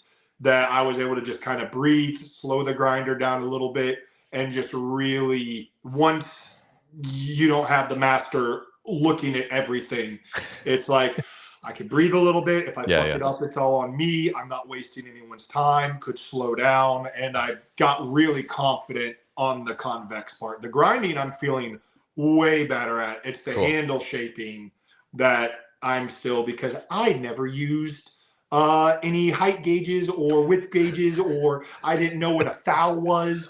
I didn't know any of this shit until you Yeah. came here. Oh yeah, that's right. I forgot I got into measuring with Mike with calipers and using a Caliper, that's the mill. word I was looking for. Yeah, and using the height gauge. We literally had Actually to go to Home Depot because I didn't even own a caliper. So for knife makers, this is like, I'm sure there's plenty of people. I actually hardly ever use the calipers until I'm getting into that finish grinding. I'm trying to mic things out and figure out where exactly I'm at. But I did see in one of your more recent posts, you did the new set that you're working on. You did a kind of like a compilation of different clips throughout the day. And at one point, you're using the height gauge to mark the edge. And I was like, nice, he's doing it. dude, it's so much better than I was doing the hand scribe for so long, and it was good. But once I got the thickness, you taught me how to get the thickness of the metal. The height gauge is just set up now because I use the same thickness for all Oh, my right. normal knives. Oh, yeah, yeah, yeah. So it's just set up. So I can just grab it, drop them down, swipe it, and my lines on that are so perfect because of a little bit of the forging I do. It can kind of change. So when I do it like this with the little scribe, it can Right. When you're kind of using the work steel with it itself. some. Yeah. Where when I did it flat, it's dead perfect every time. Hell So yeah. it's like there's so many things that we did that I've shifted everything now to Yeah. redoing it, especially with my milling. Yeah. I'm Fuck doing yeah. all the math now that you taught me how to mill all my slots and everything. Right. Hell yeah, dude. Cause yeah, even for me, like when I was doing because I hadn't done it in such a long time, I was like, how do we do this again? I was like, oh yeah. And we worked through it. But and I felt bad so many times. I was like, oh yeah, we actually missed a step and we got to start over on this.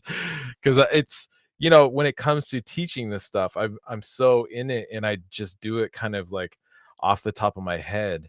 I'm not thinking about it a whole lot. And I guess part of the reason is because we're doing non-integrals and I'm so used to doing integrals. You got to approach non-integrals. They're very similar, but also nuanced in their own ways. And so, yeah, it was awesome. Um, So you were well, asking me about Laura. yes, Laura. Yes. So where all that started, like I mentioned in the beginning of this, one of the first custom makers, blacksmiths, custom knife makers I ever found was Berry Made. That's Okay. Jim owns Berry Made up in Montana at the time. He was working with his apprentice Grant, and that style of knife I was in love with. And I had a very humbling moment early on in my career. I was aware of Berry Made Yeah. way before I got into making knives. Okay. And when I started taking classes with Mark, one day he was like, when we start doing knives, what are you interested in? And I was like, well, the bearing made style, that's what I want to make one day. Right. And he was like, what's that? I'm not familiar with that. And I showed him and he goes, oh, it's a Skagel. And I said, no, that's bearing made.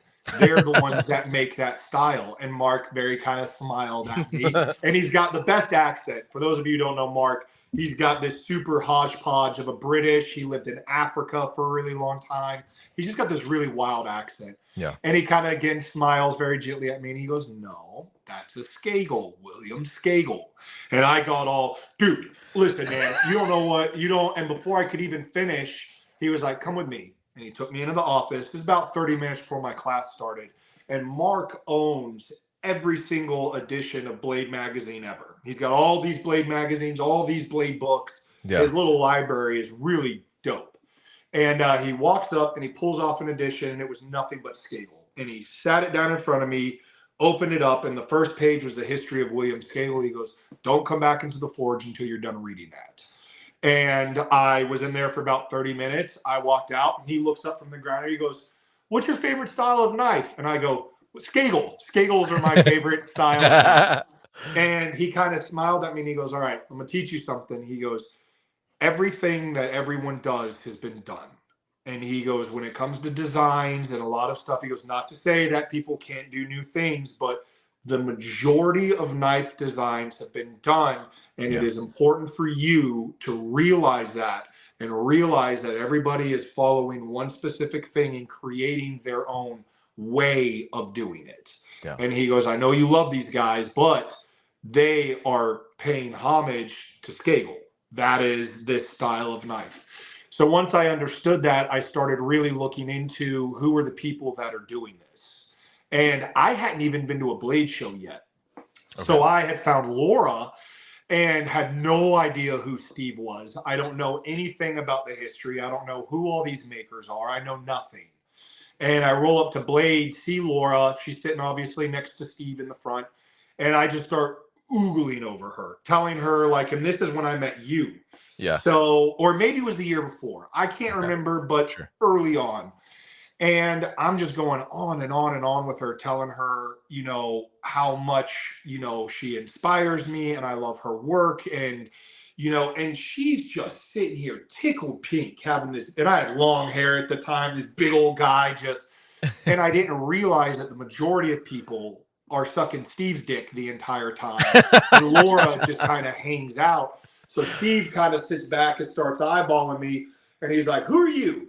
And I said, "Oh, hi, I'm Luke O'Hara," a little annoyed that this man is interrupting my time with Laura, not realizing that this is her husband and the legend that is Steve Swartzer. Right. And she's just like, "Hey, you leave my boyfriend alone," and like snuggles up to me and starts holding me and everything. That's so funny. And Laura was truly one of the reasons that I got into knife making. Was I was just so blown away with her story and learned about Dr. Lucy and all the history that she went through, and she owns two Skagels and all of this stuff. And we built this really amazing relationship early on in that conversation. Again, the time that she gave me was incredibly pivotal in my career. Fast forward another year, I obviously go straight to her to see her, and now I have a better understanding of who Steve is and everything.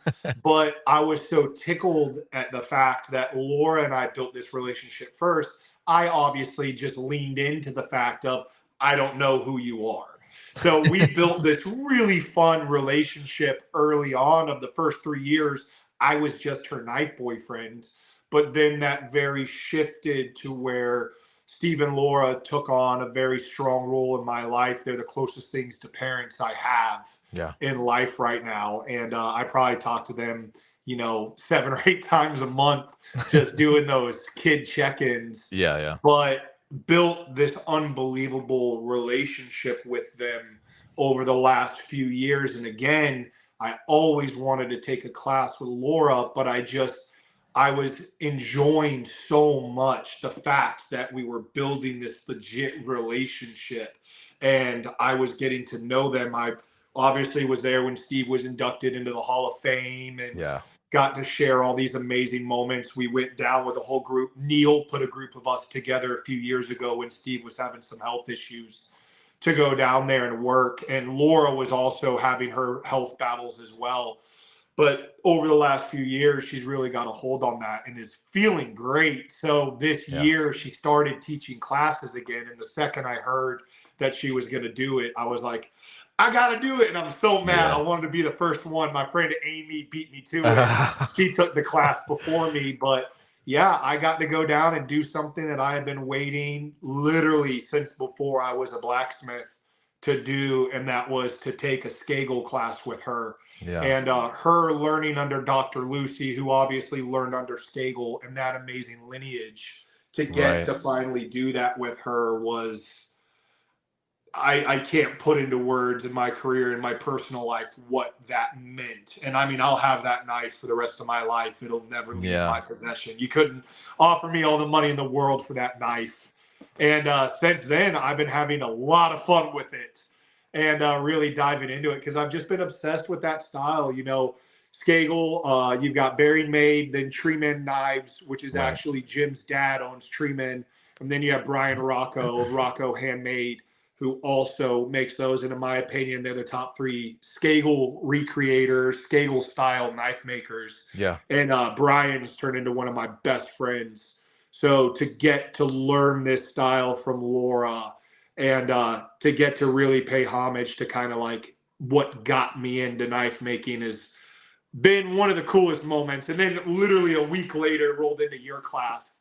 So Right. I'm riding a pretty big high right now Yeah. of years of accumulation to finally taking these classes and then now figuring out what I'm going to do with them to make Yeah. them mine. Because that's another thing I'm a little overly cautious of because of my demand and how I've built my business and all that. When I step into another maker's world, I really like to give credit, pay homage, let people know my lineage, how I came up, why I want to do this. I have no interest in only making this style of knife. It's just the part of my brain that's getting tickled right now Right. and finding a way to make it my own. Through some of the knowledge you taught me, you know, for Barry Made and a lot of them, they solder all their guards on, and it's kind of like one of their things. All three of them do it. So for me, it was like I could do that, but then I would be even closer to what they do. Yeah. So I found a way to, through you and Neil, annealing the brass. I do the little trick of getting it perfect, putting it in the press, popping it down so I have that airtight fit on that guard Yeah. so that I don't need to solder. Yeah. And the whole reason I figured out that is because I didn't want people to look at my work and go, oh, it's just a Bearing Made knockoff. I Right. want it to be different because of how much I respect these makers and how they make their living. I'm not at all interested in even being perceived as Sure. someone who is stepping into their demographic. Yeah. I am Grizzly Forge. These are the people that inspire me, which is why I am incorporating it into my work. And that Skagel has been there since day one. Hell yeah, dude. You're doing a great job with it. And like I said, I'm really excited to see where you take all of this, especially the stuff you've been learning in the last just this last year, and how you're going to continue to evolve as a maker, as a creative person, and where things go, especially with the chef's knives. You're fucking I'm so killing it with the excited. EDCs. And I know that the chef's knives aren't necessarily going to be a big part, but it sounds like you're just going to continue to incorporate it into your style and continue to explore. And I think that's what's really important. A lot of people try to get too prescriptive about, and in the class, we talked about a lot of kind of nuances and kind of guidelines, but again, they're not. I don't. Some of them feel like rules, but they're not necessarily hard and fast rules. They can be Well, it's bent. like sticking a Skagel handle on a chef knife. Exactly. They can be bent. You just gotta. It's having information that helps to inform how to bend those rules rather than just kind of like shoot. And sometimes shooting from the hip works. Sometimes making a mistake works.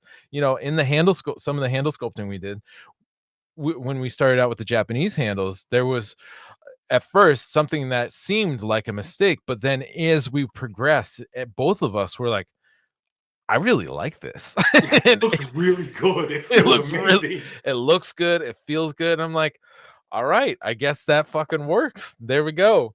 And and it was Well, and perfect. even And as it's a you perfect being way a to teacher, I'll give you this credit. You know, I when I started the chefs, my original, and my brain changes every single day. My yeah, original thing was I'm going to learn this grinding, do all this, and then all my chefs are going to be Skagel handles. That's how I timed all this, what I was thinking. yeah, And then talking to you, back to what you were just saying, you explained to me that with stag and those natural materials and leather, it can hold food. And technically, in a kitchen or true chef wouldn't want to use this because it could hold bacteria or it could swell. And Neil made a good point. If you're in a kitchen hard, that leather could pick up the moisture yeah, and change over time. And all of those made so much sense to me just of my lack of knowledge of this world. It was like, oh, yeah, no one's doing it for a reason. That kind of makes sense. Now, that's not to say that because my clientele is completely different, for me to own one of those, I could use it for the rest of my life and have no problem. right, So it's going, okay, so I'm not going to do it to all of them because I have a lot of chef friends and some people that I've bodyguarded for in the past that are chefs that want my work. If I had sent them that, that's why I wanted to wait to do this, because I would have looked like an idiot sending them that and not understanding that they couldn't even use this knife in their restaurant because of the handle material that I put on it. yeah, So understanding that, learning how to explain that to my basis. Hey, these Skagels, these are for, home use, the normal buyer. It's a super rad knife, but I'm also going to be doing these knives with traditional handles and all this so right, that my chefs and my friends and people that work in kitchens can also use my work in those aspects. yeah. No, and I think you're right. In a production environment, in kind of a more professional environment where they're potentially going to be constantly exposed, um, maybe the natural materials or the leather especially doesn't necessarily make the most sense for those environments, but the environment of somebody's home where Yep. they're not under the pressure of getting orders out the window to the restaurant and stuff like that. They can have they have that time to make sure that the knife is taken care of. That's a better environment for that. And I think somebody who really is into that style, they're going to be perfectly happy with that in their home, or even like having it as part of their I know so many people who have hunting cabins, and so like that being something that just like Yep. either lives at the cabin and that's what they use there, and when they're there that's what they use, they take care of. But again, it's in a home environment rather than or more of a home environment rather than a production environment, and that can be a great addition to somebody's house or cabin or something like that, or even just taking out hunting or using at camp or something like that.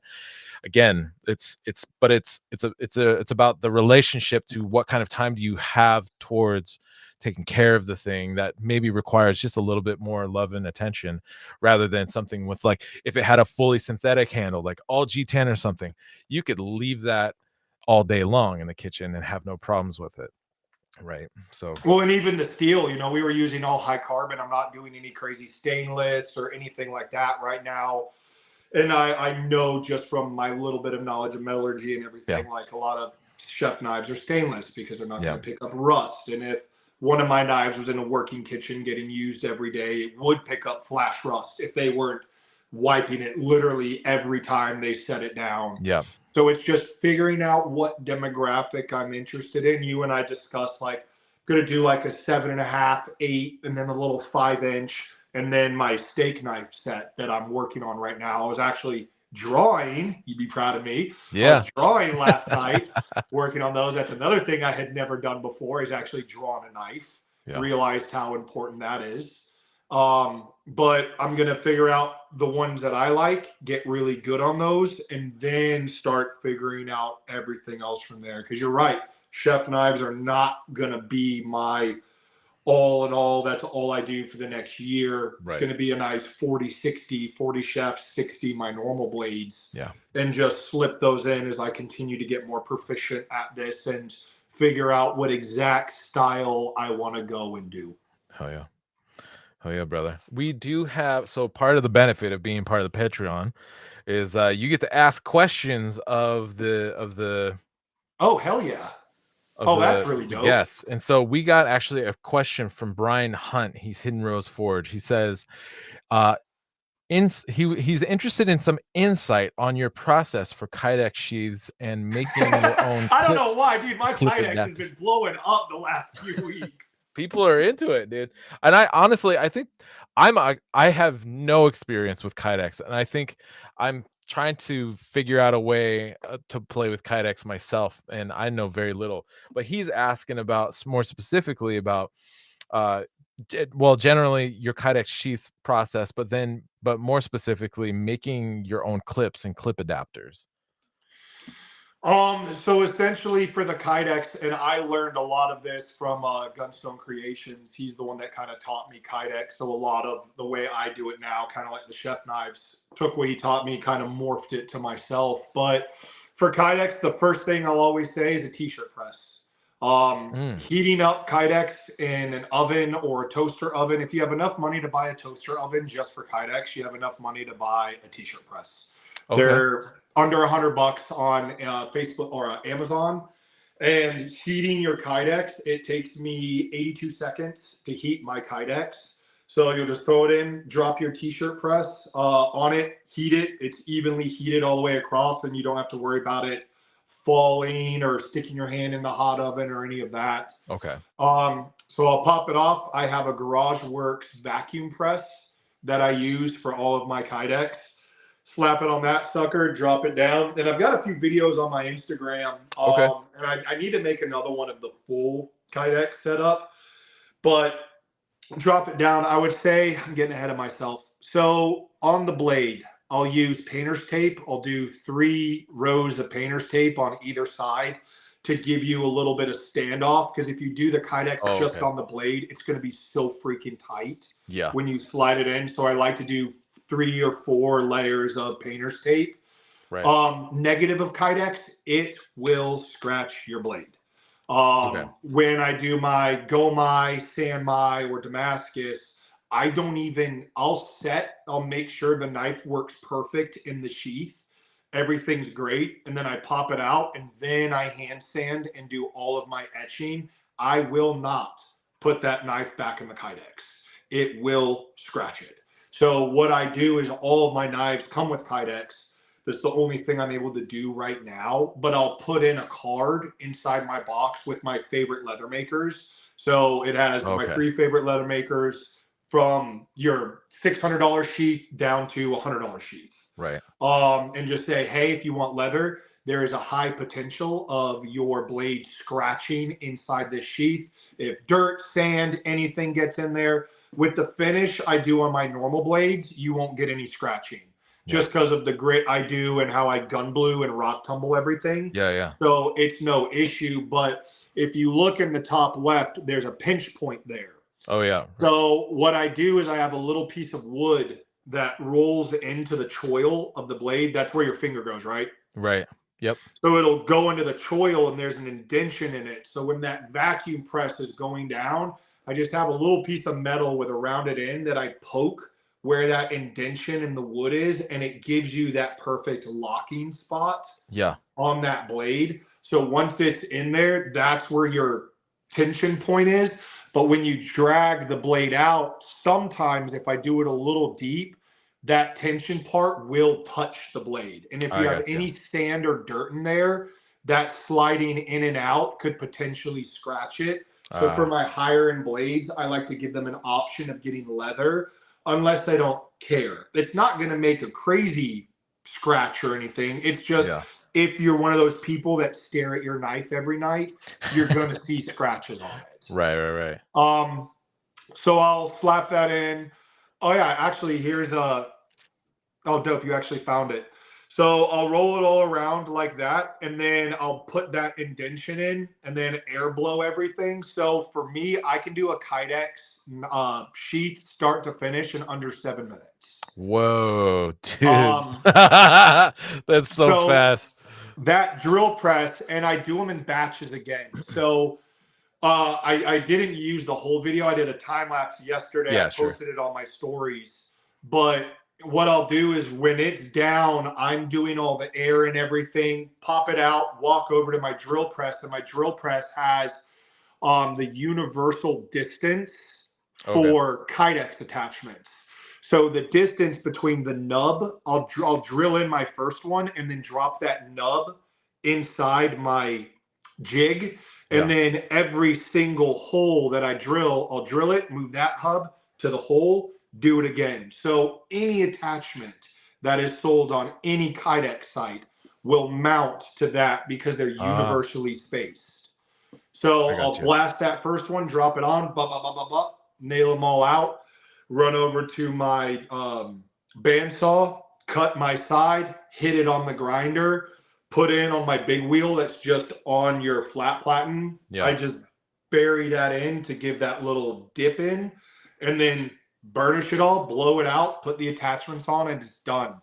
As for the jig he's talking about, have a piece of wood that I made years ago that forms over my kydex. Again, this is something I learned from Gunstone Creations. Yeah. It forms over the kydex so that you can scout carry. And this is really hard to explain without having it here. I left a 2-inch gap on the back end. Whoa. I left a 2-inch gap on the back end that'll fit a belt so Yeah. that you can pop the clip off, run it scout carry, and then you can also universally switch it to left and right carry. And I then if got you you. don't like the clip I have, you can add any clip you want. You can buy it off of Holstersmith, add any clip you want to the back of it as well. So it makes it so it can be left hand or right hand scout. And I mean, the blade's locked in there security wise.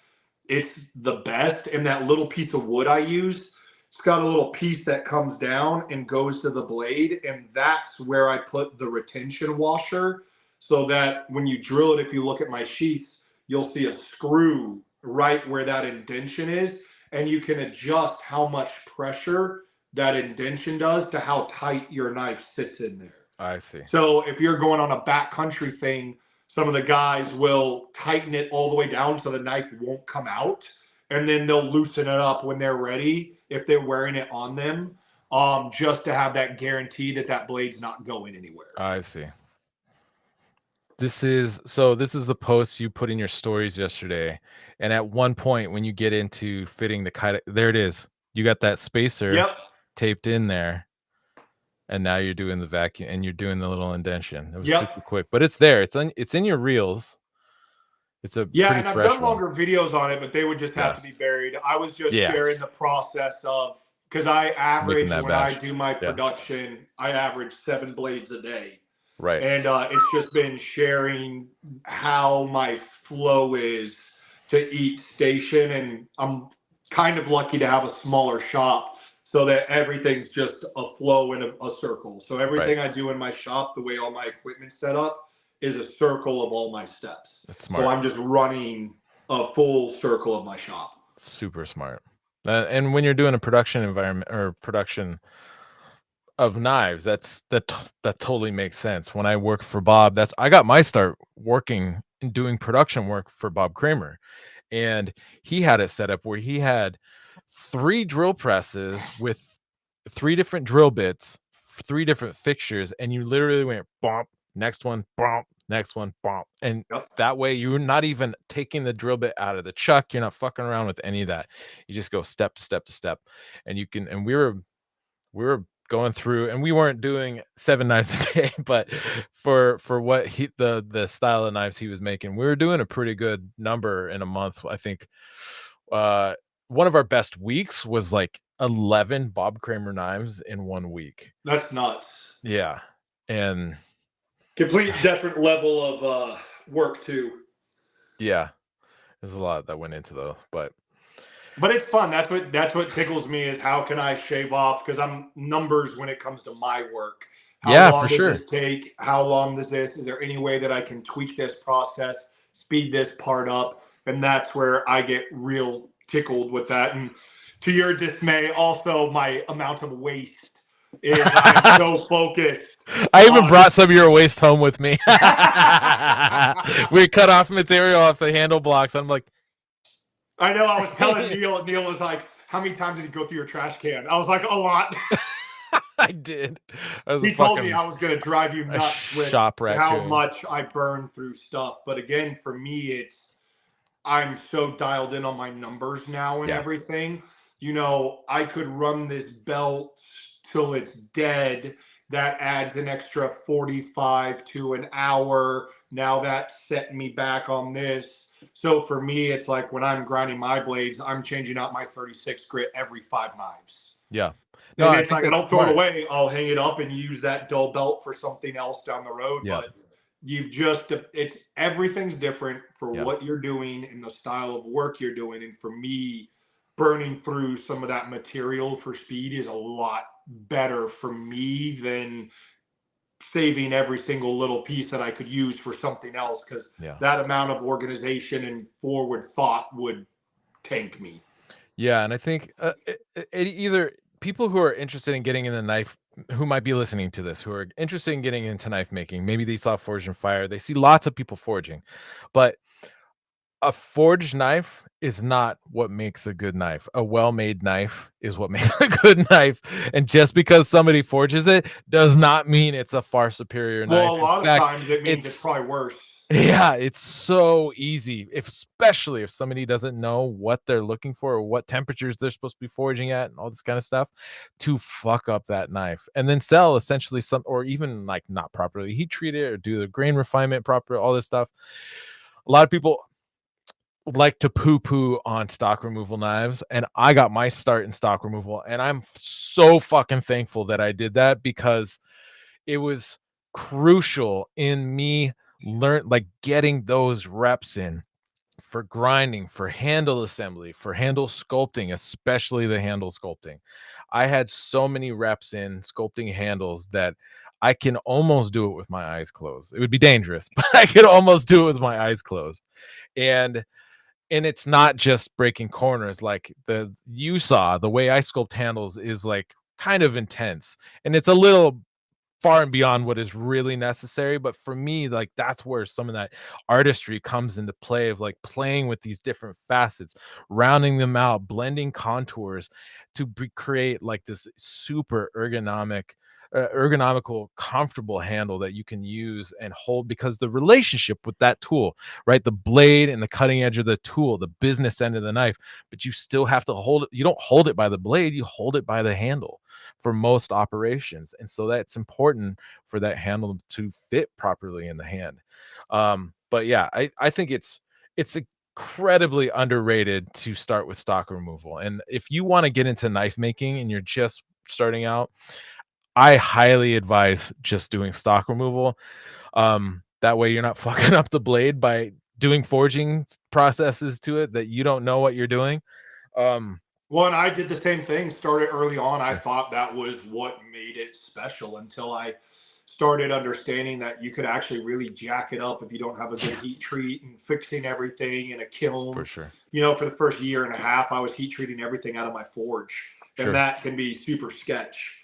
It can be. So, you know, it's at the end of the day, if you're doing what you love and you're making the kind of work you want, that's all I care about. Like Yeah. I don't people get so lost, especially in like the brute forge and like all the Yeah. rules, and well, he called it this and it's actually this. And that's why I stay so far away from like names and processes and this and call. I mean, that's why I'm, Grizzly Forge is across the board, because I started off as blacksmithing. That's why if you look at my profile, it says blacksmith knife maker.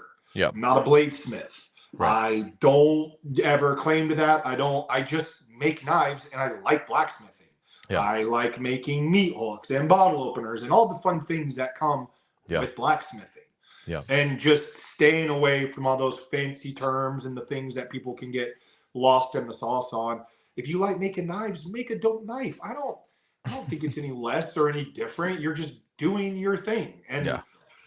our community can be very savage and intense when it comes into people's work, but I learned very on from Mark. He made a very good point to me: is blacksmiths and all of these amazing makers, they don't buy my work.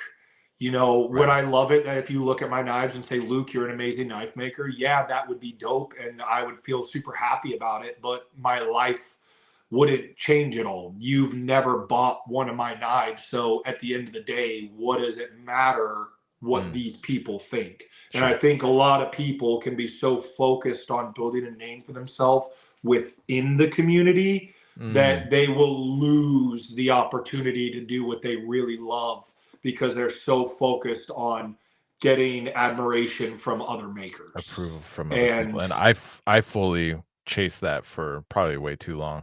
I but it wanted the makes sense approval in of your other world. people. I'm not interested in, Yeah. I know you're not ABS anything, but like I will never be. I have no interest in ever doing any of that stuff. I just like what I do.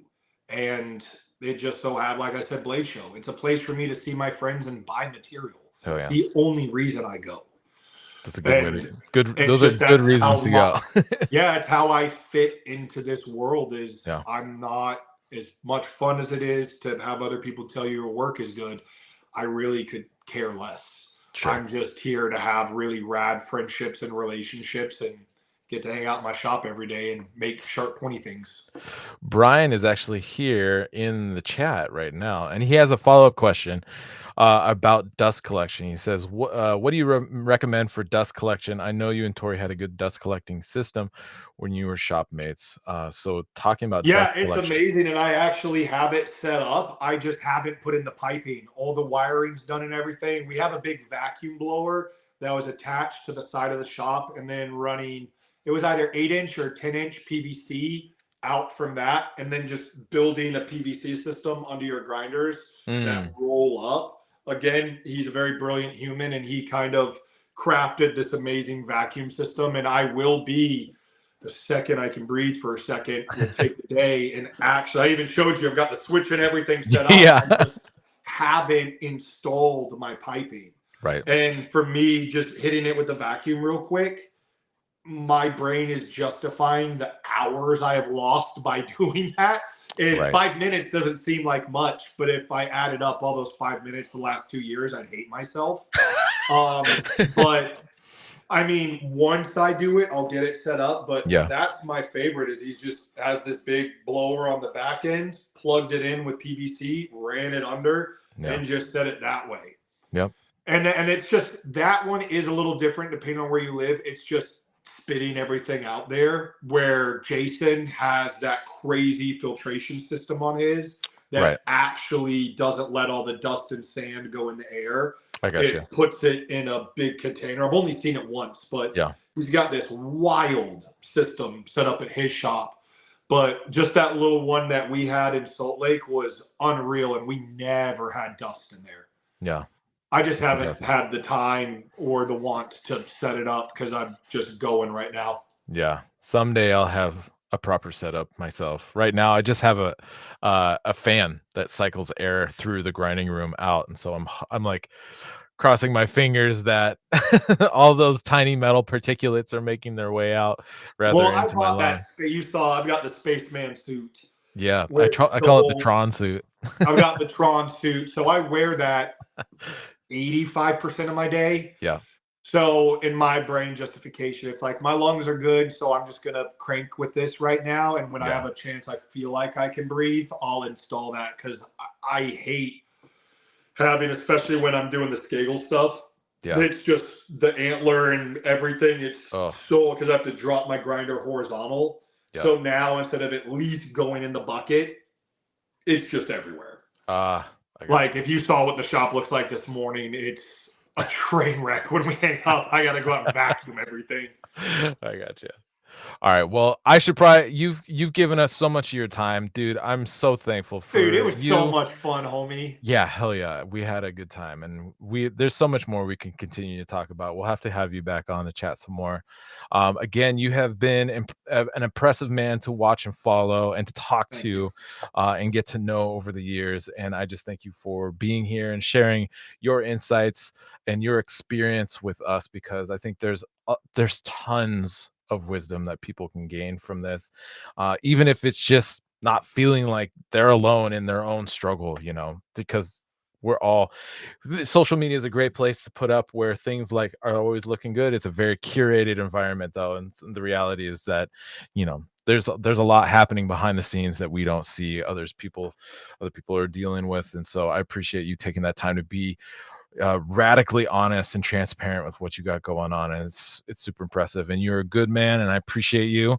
And I just want to give a quick shout out to all the sponsors again one last time: Lawrence Lake, Maritime Knife Supply, Gabe Fletcher, Anchorage Brewing, also at Anchorage Forge, Tony Sasma on Facebook at TNT Forge, Josh Weston is at Josh A Weston, as well as the at Dragon Forge EXP on Instagram. Russell Tinsley is at Can't Make Knives, as well as his brewery at Ouzel Finch Beers. And finally, we have Dan Hubbs, who's at 66 Mountain Knives on Instagram, Facebook. And yeah, that's again, thank you so much. Brian jumped in one last second. He says the VersaFlow. The VersaFlows are amazing. You get the pieces separately, and you can get them from around $700. So it's something I definitely need to look into because around 700. I wish I had done that. Yeah, I spent the 1450 on it. yeah. Oh, interesting. So it sounds like he pieced it together and paid. Yeah, because they're like 1,500. Yeah, I bought the whole kit with the charger and everything. That would have been. I wish I had known that. Yeah, that's a good tip right there. Good investment, baby. You gotta if you want to do this for a long time. Well, and especially for anybody keeping a beard, like that positive pressure just makes such a difference. I have the respirator, but I'm still like pulling in air, not only through the filters, but around the mask where it's not making an actual complete seal. Still getting the black boogers. No good.